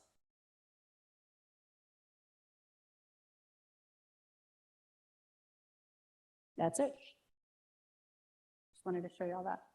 Now I could keep going, or I can still wait if we want to wait a little bit longer. You good? Okay, let's keep going then. Okay.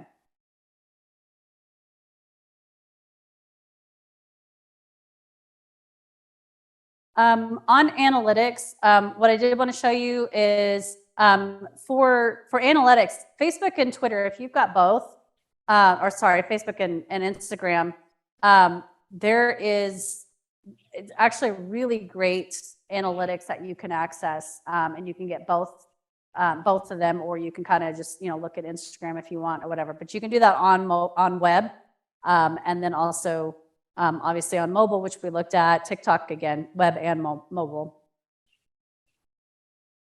What you really want to get out of your analytics, what you want to be looking for, because there's a lot there. And again, go through, click on things, see what works. But you want to focus on your follower growth, your engagement, the audience demographics, so you can learn more about your audience, when to post, what content is performing, any hashtags that are performing, because if they work, then you want to use those again. Look at video metrics, and then traffic sources. All of that is in your analytics, and it will show you traffic sources are, like how they found you. So this is, again, all of this is on Instagram and on TikTok, and you just kind of click on things and search around for them. We're having lunch, yay. Okay, so let's dive into tools. You do have a page in your folder with a list of tools. There are a few of them that I want to point out. I'm going to go over the list first. For management, for those of you who are looking for a tool that you can use to manage, schedule all your posts, it does reporting, all your engagement, all in one place. Hootsuite's been around forever. And then Sprout Social is my favorite. There's a lot of tools out there. So if you really are interested in doing something with it, then do some research and see what works best for you. There's a ton of things. I prefer Sprout Social. It is a little pricey though. And then there's TweetDeck, which I want to show you that. That one just focuses on Twitter. A lot of people aren't aware of it, and it's been around forever as well. But there's so many things that you can do with it. So I'm going to actually show you that one in a minute. The ones in blue, I'm going to show you. As far as content creation goes, Canva, a lot of people are familiar with Canva. Some people are not. It is the greatest tool out there, I think. If you are not a graphic designer, which most of us are not, then it allows you to basically become a graphic designer. It can do so many things. It's got templates. You can make something from scratch. It's got templates. I mean, you can do anything. I mean, not just social media posts, but also videos.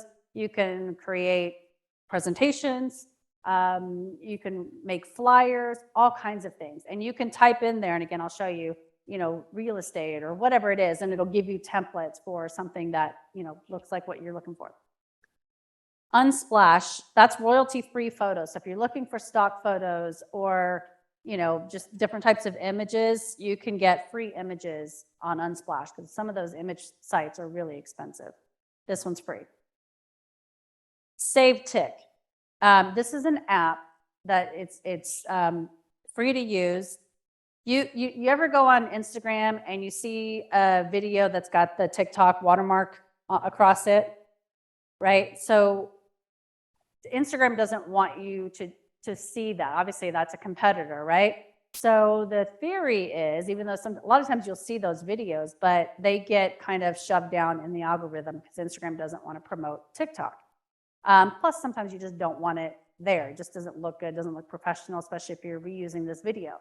So you can go onto TikTok, post your video, and then you can, even if you download, there's a way on TikTok that you can download the video, but it'll have that watermark on there. So how do you get that video without the watermark? You use this SaveTick right here, and it's really easy to use. All you do is copy the link and put it over in there and just kind of explore with it. But then you can download the same video from TikTok without the watermark, and then you can reuse it on Instagram or anywhere else that you want to post it, Facebook, anything like that, and it will not have that watermark. Highly, highly recommend. I use it all the time. Video Shop and CapCut. Both of these are apps. They're editing apps. There's a million of them out there. I use Video Shop 100% of the time to edit videos. It's very simple to use. You upload a video or multiple videos. You can splice them. You can add sound. You can add text. You can do all kinds of things. And it's very, very simple to use. So highly recommend that. CapCut, you'll see a lot of times in TikTok. It's very similar, and there's a lot of templates and things like that that you can use, but you can also do a lot of video editing as well. And then this other app is Captions. That's for auto captioning. That's a really good one you can do. A lot of the ones that you see that kind of fill as you're going, they're like big text letters or whatever. Captions will do that. You can do different colors, different fonts, all kinds of things. So you can explore with that. Somebody put in the survey, what was it, teleprompter. I didn't even know about teleprompter, but I thought that was really great. It's another app, and it basically, I'm talking about. And so tell us about it. It's more like it'll put the video or the text on the screen, so when you're on there, you can read it back, right? Yeah, like a teleprompter, like the news people use or whatever. So you're reading from a script, but you're not looking over here or up there or whatever. It's on this. Yeah. See my eyes like going to the side all the time. It does. It makes. On my weekly videos, I see all the wrinkles. I see all the cracks, and I still put that shit out there.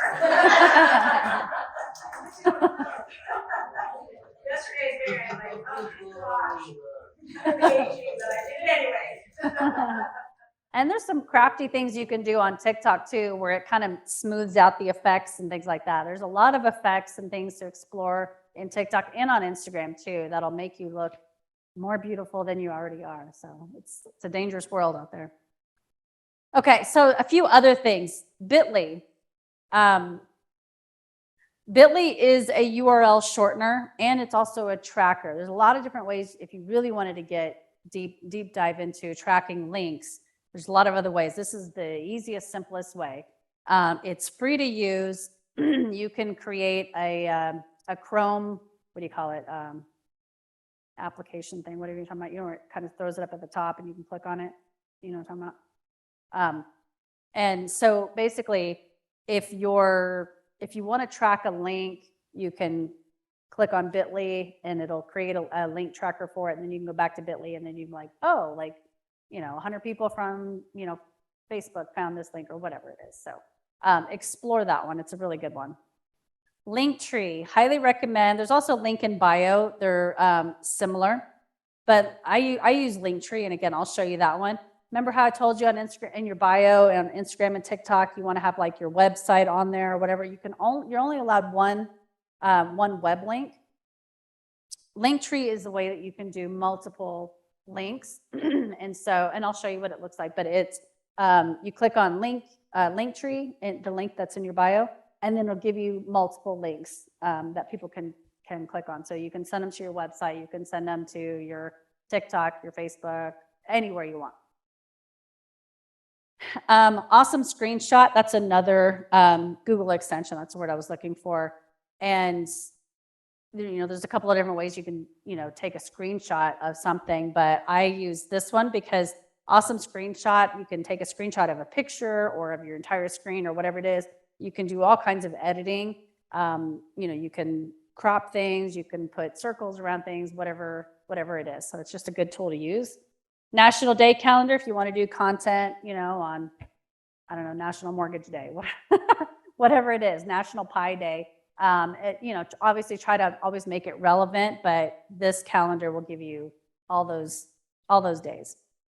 Google Trends, I'm going to show you that one as well. That's just a great way to know what's going on in the world.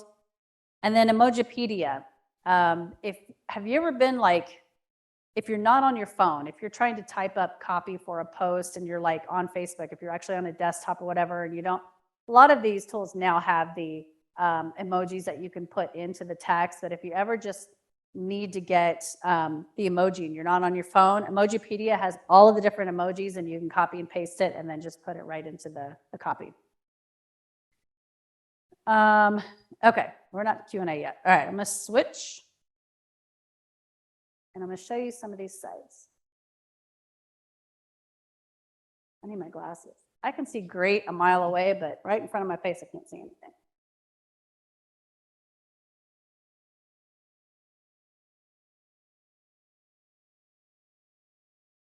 Okay, we're going to first go to TweetDeck.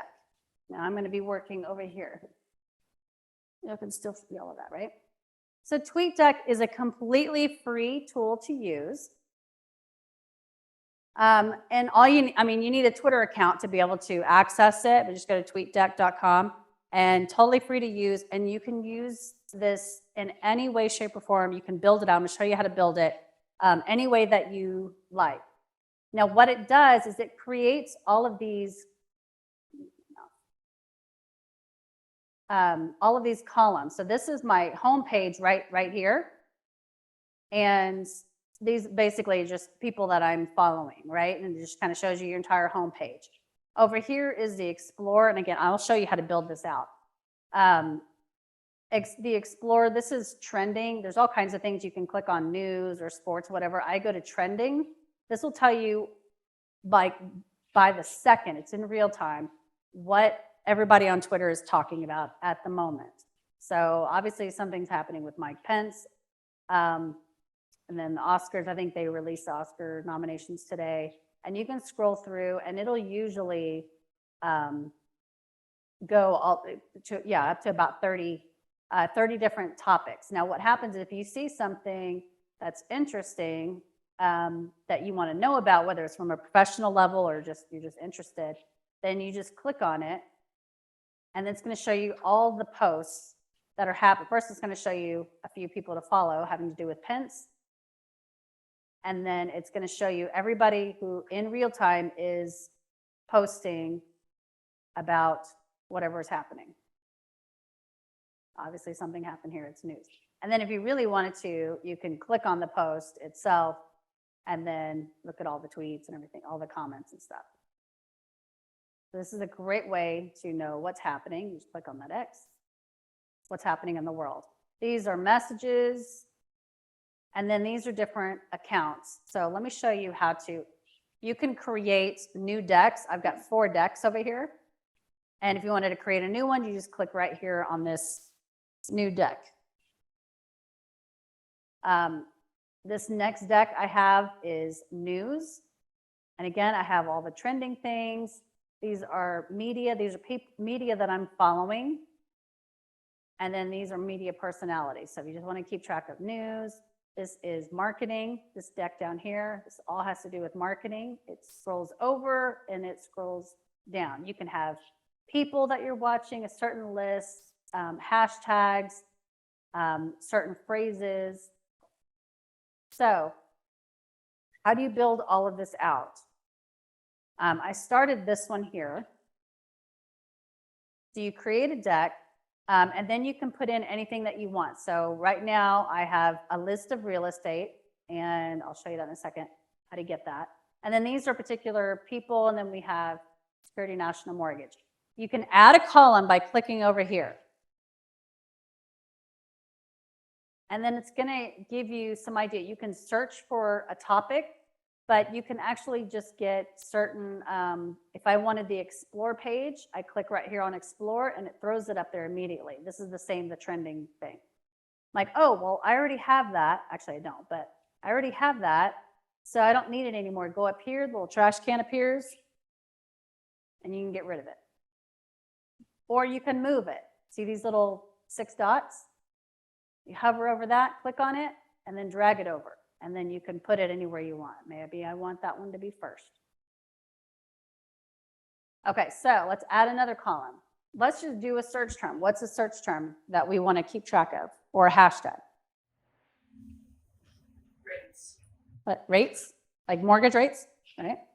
Okay, oops.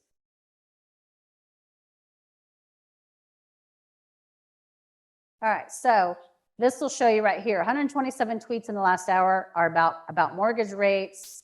You got the UK, mortgage rates today, and then these are people associated with mortgage rates. All right, but we just want to look at mortgage rates. So we're going to put that in here. Now this is anybody, and this was 4 seconds ago, again in real time, who is talking about mortgage rates. And if you really wanted to get into it, you can go up here to this little wheel and customize it and do a lot of different things as far as like, sorry, right here, over here to search. And then you can put in filters to include certain things, exclude, time and location if you want, to filter out different languages or whatever it is. So you can get really specific in your search parameters. But otherwise, it's just going to throw up any tweet with the words mortgage rates. Okay, and then so this is a great way to, again, not only listen and learn and keep track of everything that's going on, but to also find followers and look for content as well. So then what you can do is, let's say you're just, let's just click on somebody. You can click on their name. It'll show you a little bit more about them. And then you can learn if you decide if you want to follow them or not. But then you can see everything that this person is posting. Do they look interesting? Nah. So we go back.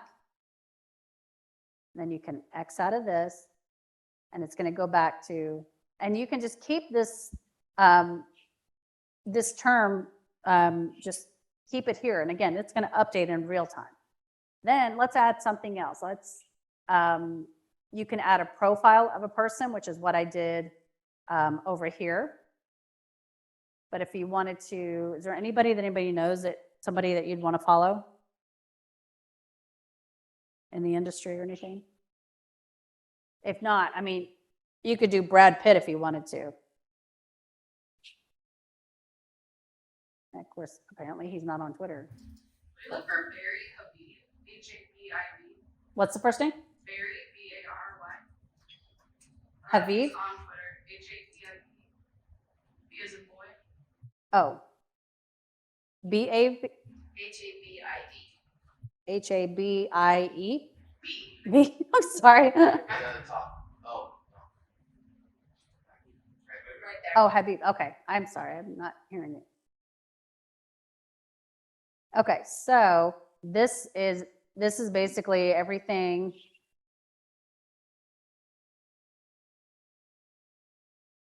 No, I didn't. Did I spell his name wrong? No.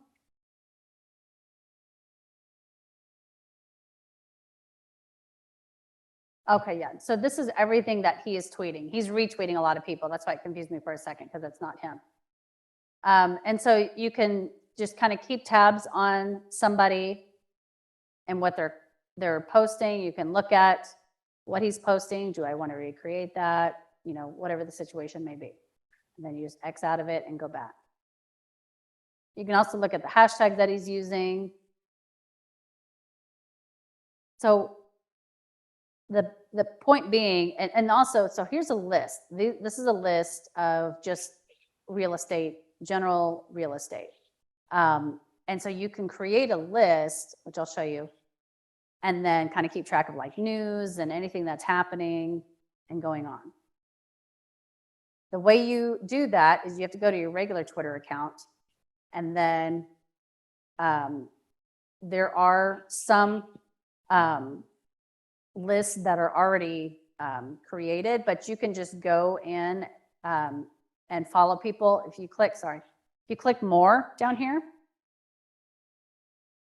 then you can click on lists, and it's got like my list that I've created, but then it will also like, there's some in here that aren't even mine that like they add, but you can add people to a list. So what you can do is, I'm just going to go into this. If I wanted to add Mike Pence to a list, I click on his profile, and you click on these 3 buttons next to the follow button, and then I can add or remove him from a list. So then I can add him, and if I wanted to add him to real estate, I click on that, whatever I wanted to add him. And so you can go on to, if there's people in your industry, you can create an industry. You can make a list of anything you want. If you want to make a list of home improvements, if you want to make a list of recipes, whatever it is, your recipe list are going to be all these people associated, and you put them on that list. And then once you have that list created, you go back to TweetDeck, and when you're adding, you add a column, go over here to add column, and then right here it says lists.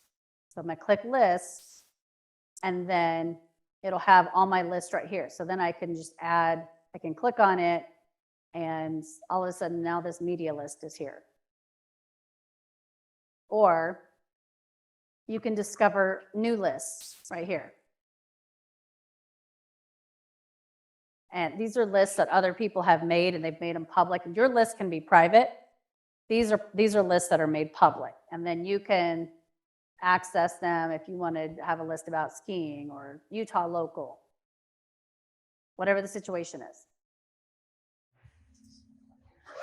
So this is just all strictly Twitter, right? Yes. So how much personal information can people pick up on you from your Twitter account? How much personal information do they pick up on you? Whatever it is that you put out there. And you can, just like any of the channels, you go into your settings and you can make certain things private, like your birthday, that sort of a thing. So it just kind of depends. Now, if you're tweeting, then, you know, that's going to be out there. But go into your settings, explore that area, and look and see. Okay, so this is TweetDeck, and again, really, you know, I would put together a list. That way, you can keep track of any kind of news that's coming. You know, you can have your own account set up, people that you're following. You can have certain, like this person here. She's the mortgage nerd. She's actually on your list of who to follow, and she's got a lot of really great information. She's also a Cowboy fan. And you can, you know, kind of keep track of anybody that you want to keep track of, and you know, on Twitter. So it's a really great tool to use for that. All right. The other thing that I wanted to show you was Canva.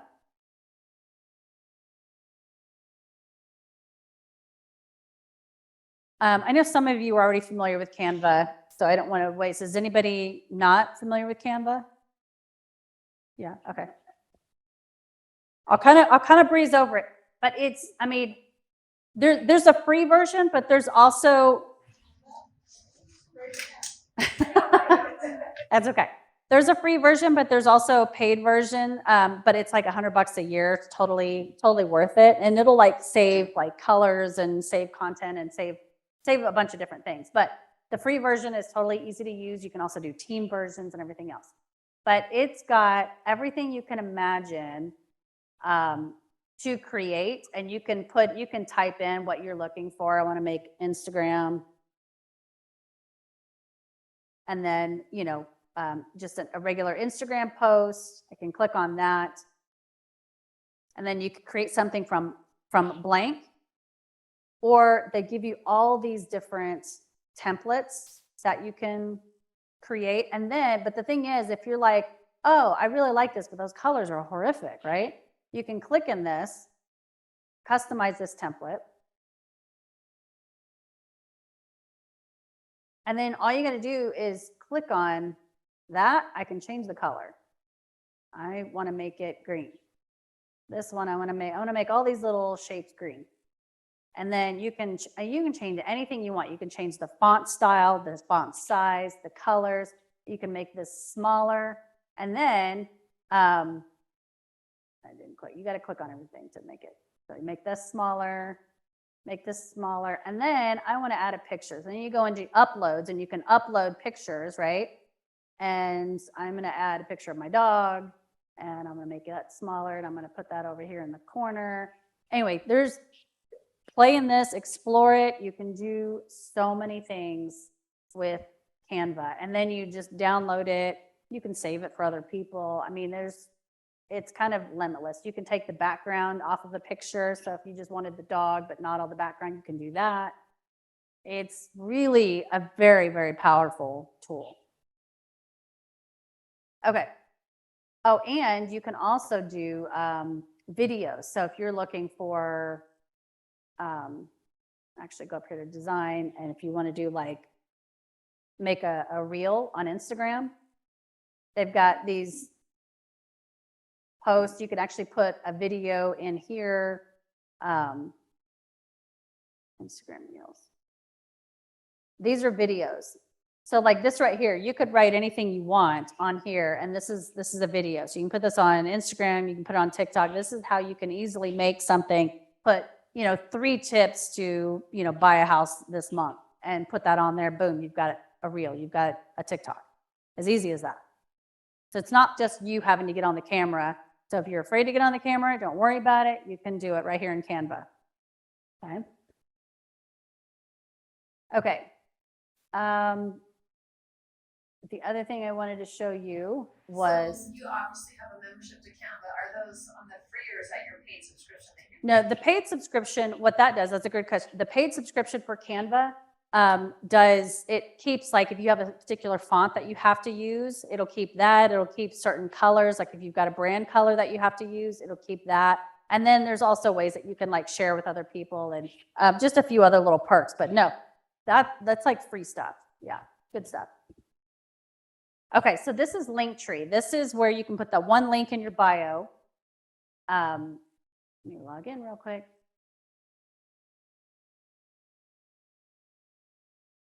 This is very, very valuable.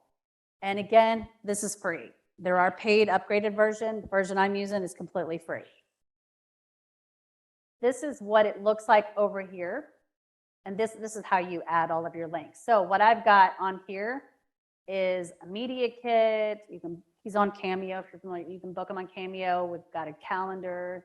You can have an Amazon list, TikTok, Instagram, all these different things that you can put on there. Let me show you real quick what it actually looks like in real time. So this is Dude's Instagram page.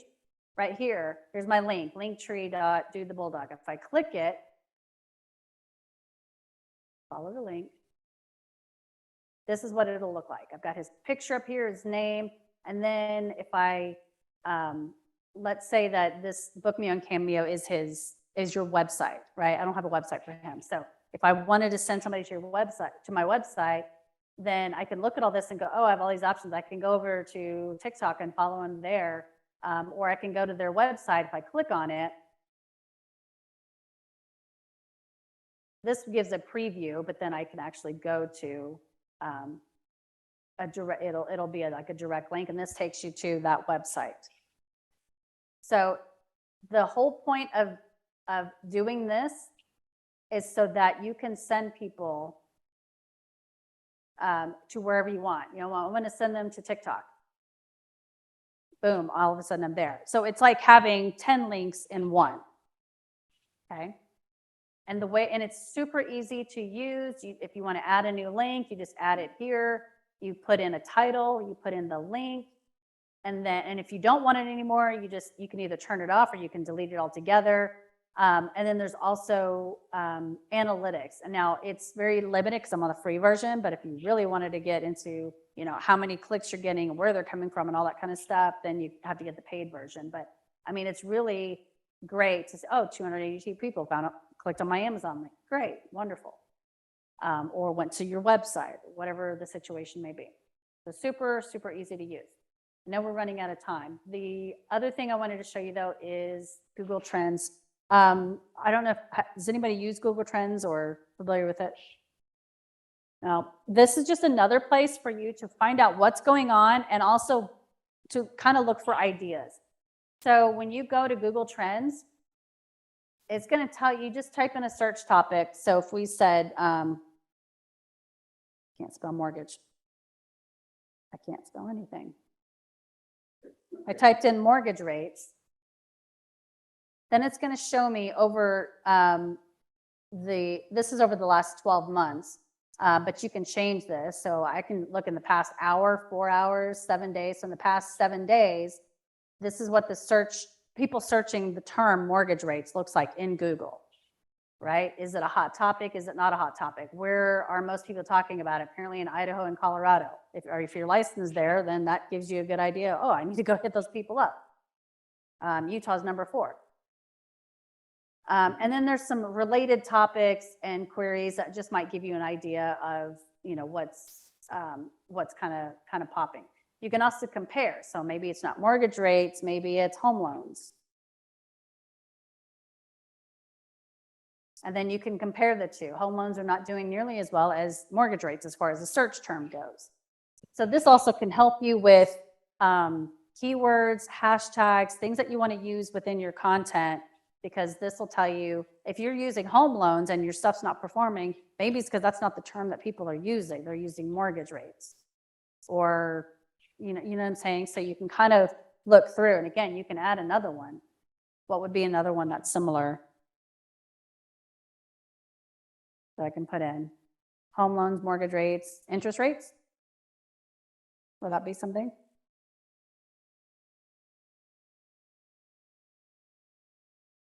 That's up there with mortgage rates, so that's a good one.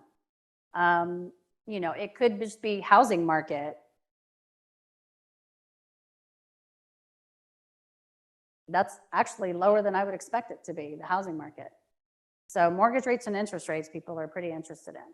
So that's, I mean, I think that's interesting, you know, and then again, you can see where those are, you know, at what part of the country that people are talking about those particular things, and then just some additional related topics. So get in there, play around with that. It's just an interesting, and it'll also show you too, like the top trends if you go back to the home page. So you're just in Google for that, or you went to actually Google Trends? I just, yeah, Google Trends. Yeah. So if you click, it'll show you, these are in real, well, this is daily, the top search terms for the last 24 hours. If you wanted to go into real-time search, apparently there's a tornado watch in Texas. What is that? But anyway, you can kind of see, and so you can see if there's anything in here that might be useful to you, and anything that you can use, or you can click on it and then you go and see what's going on. Similar to kind of what we were doing in Twitter on, the trends. What are people talking about? This is what are people searching. Okay. Any questions? I would think that you probably do, but now we're on question and answer time. Nobody have a comment. Okay. I just created my very first reel while you're taking this class. Your very first reel? Yay! Awesome. Congratulations. What was it about? Just or you just filmed us? I'm gonna get with the insights and I'll get back to you. Well, what did you just film the class or what did you film? No, I was going to do something like that, but I was kind of listening to you and I wanted to see how easy it was. So I went and did a picture that I had taken the other day. Yeah. Of one of our new loan officers, but that into a bill. Yeah. Put some words on it. Yeah. There you go. My very first play. One of the there is I didn't go over this on the slide, but in your folder you have a list of content ideas. Let's talk about this real quick, unless somebody has a question. I know we're like running out of time. So again, this is in your folder. Again, I'm a big proponent of stealing ideas. That sounds horrible, but people do it all the time, right? So again, just kind of redo it and make it your own. But I mean, you can create a list, top 5 things that are trending in the housing market today, or whatever it is. You know your stuff. Make a list. Now that could be a video of you actually saying it. I saw somebody. It was an example that I was looking at, and the camera was on a pad of paper, and they were writing. So then you can do a voiceover. You can either speak at that time, or you can do a voiceover later. It's a little bit of an advanced technique, but the information's out there. And so you can say, what are the top 5 trending, things in the housing market today? And then on the camera's not on you, it's on the pad of paper. And you're like, number 1, whatever that is.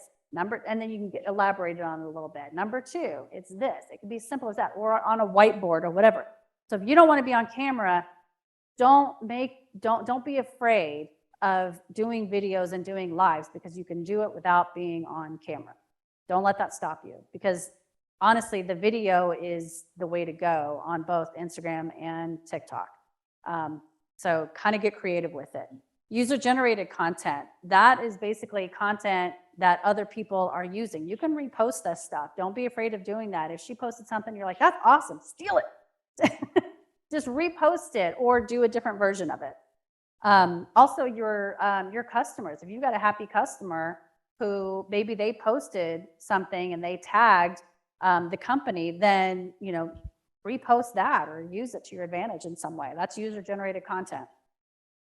Behind the scenes, like what she just did was kind of a behind the scenes thing, or a day in the life. Here's what it's like, to be a loan officer or whatever the situation is. Kind of give a little bit of insight into your world.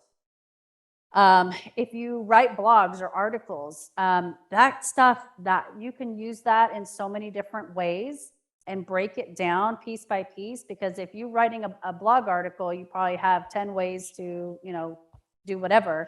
You can take number one could just be a tip, and that could be an image. It could be a video. You can make, it could be a did you know you can close on a house in 2 weeks, whatever it is. And then I skipped educational and how to. That is huge, because the majority of the people have no clue what you know. We don't know any of this stuff, right? So if you can give those how-tos, if you can give those did you knows, those top 3 things, whatever, just be as informational as you possibly can. You're gonna earn customers that way. Like I said, I was looking for people of how to follow or who to follow, and making that list for you. I learned so many things because these people were good. They were great at giving that information. I was like, oh, this 2-1 buy down that everybody apparently is talking about. I had no clue of that a few weeks ago. No clue. Updates, industry updates. That is a big one for y'all, because obviously the rates are always changing. Whatever new products that are coming out, any kind of new news, use that stuff. Again, those tools that I showed you, if there's something breaking out there within the housing industry, the mortgage industry, or anything that anybody needs to know or should know, even if it's a little thing, then you can pop on real quick and make a quick 10-second video. Did you know this is happening? Click on my link for more info or whatever, right? Call me, I can tell you more about it. Employee or customer spotlights. If you've got, again, happy customers, and if, if they're willing, or if you have some way of maybe getting, or if they, maybe it's not even necessarily communicating with them, but they left you a great review, take a screenshot of that and post it. AMAs and Q&As. AMA is Ask Me Anything. They're basically the same thing. And a Q&A. Do some of those Q&A things. And I mean, you could do a Q&A daily. Think of all the questions that you get on a regular basis. If you're like, if I hear this question one more time, use that to your advantage and put, go on Canva, make a little thing. Did you know? Or question, what is that question? And then give the answer. You'll get engagement from that stuff. And again, your following is not going to happen overnight. You have to stay consistent with this. But the better you get at it and the more consistent you are, that following will come, those customers will come. Make yourself known in the industry. That's the goal. Relatable stuff. Relatable can be funny. You'll see a lot of if you haven't already, but a lot of people in your industry that I see on TikTok and Instagram, they do a lot of stuff that's just funny. It's, self-deprecating humor, that funny stuff, like, if my client, you're 2 days away from closing and they just went and bought a car, you're just like, that frustration or whatever that is. I saw a lot of that kind of stuff. It's okay to kind of have fun and make fun of yourself or the industry. That's okay to do too, in a respectable way. Day in the life, I kind of mentioned that. National days, we talked about that. Use those as much as you can. The one on TikTok, the mortgage nerd, I think was her name. She did, perfect example. If you're into football or you're not into football, she was obviously a Cowboys fan. She posted something about, the Cowboys in the 49ers game, it's playoffs. But I forget what it was that she said, but she made it relevant to something within the mortgage industry. And I don't even remember what it was now, but I was like, oh, that was clever. Instead of just posting about, hey, I'm a football fan.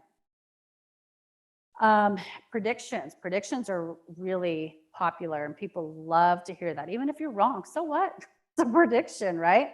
To get on there and say, again, short 10 seconds, 30 seconds, whatever it is, and be like, here's my prediction of what's going to happen in the next 3 months or whatever it is, right? Easy to do. Event coverage, if you're at an event or something, like that, you can always do, again, that kind of goes back with like the behind the scenes type of stuff. And then live video. Live video is just great. And the other thing with live video I mentioned before is then you can download it afterwards and then slice that up in your video editor and use that for content as well, whether it's just reposting that particular piece of the video or making images out of it, or if you want to write a blog about everything you just talked about, great. Reuse everything. Figure out what you've already got and how you can reuse it in different ways. You can even, if you posted something that was top 3 tips for this, and you put that on Instagram, and then next week you want to do a video saying, I've got the top 3 tips for this. It's the same thing, but one is a static image and the other one is a video. And now you've got something for TikTok and for Instagram Reels. But it's all the same content. You're going to hit different people, a week later and with a different form of content. Don't do the same image. Don't do that. Like when we saw one that looked like an ad and kept seeing it. Don't do that, but repurpose it in a different way. Okay? Questions on anything? There's so many details on a lot of different things. I could talk for 3 hours just about Instagram alone.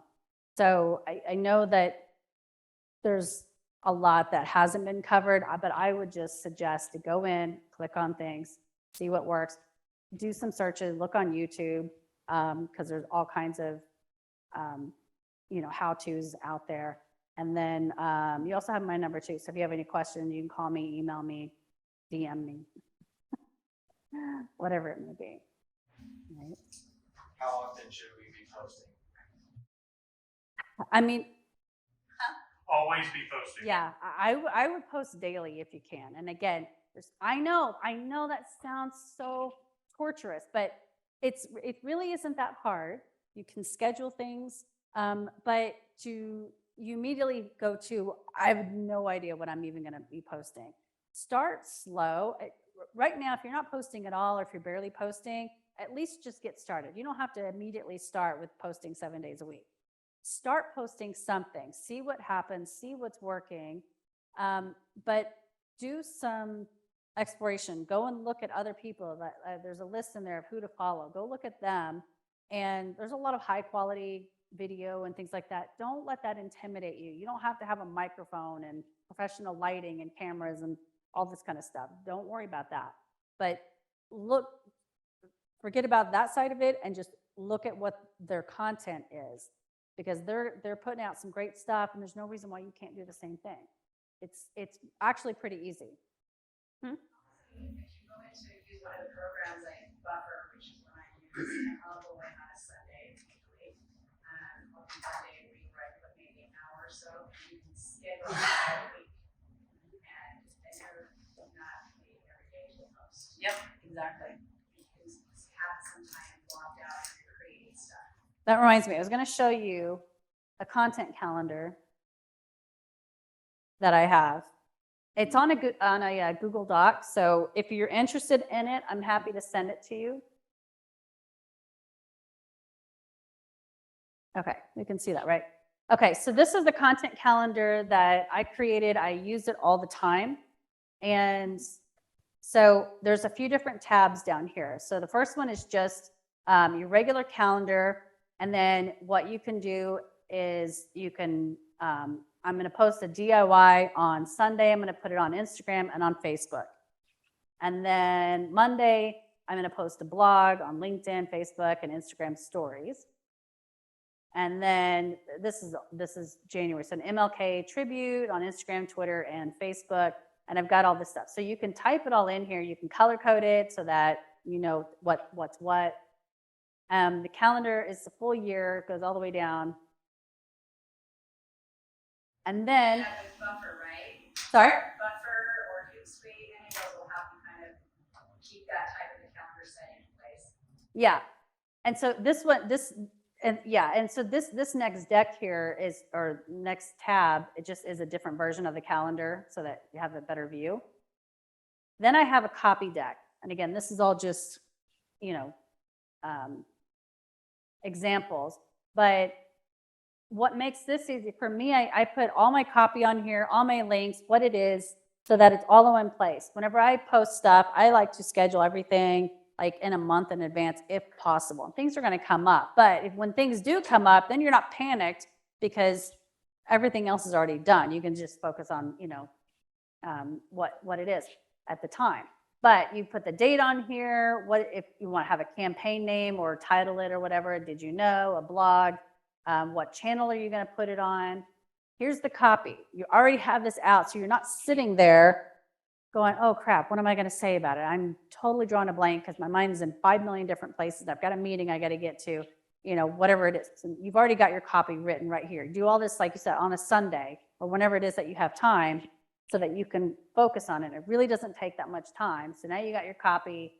And then if there's a link, you've got your link right here. And then if you want to do a tracking link with Bitly, you've got that right here.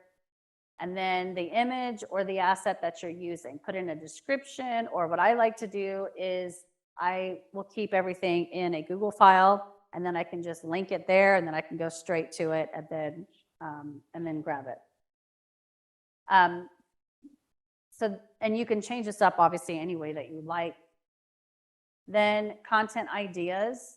This is just a great place to brainstorm. Whatever today's date. This doesn't mean when you're going to post it, but today's date, I've got an idea. I'm going to do a TikTok video.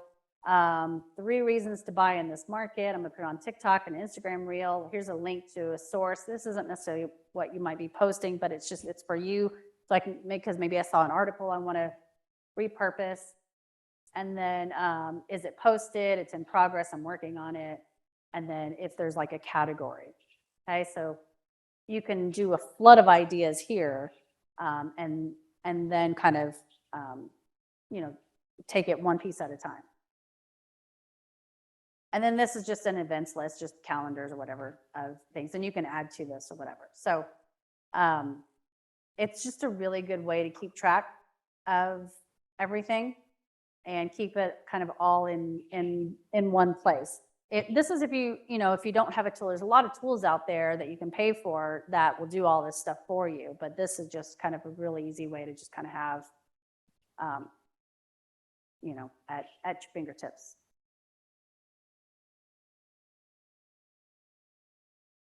Any other questions?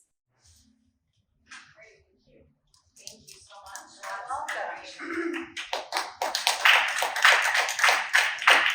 Hopefully it was helpful. But again, if you have any questions, let me know if something comes up.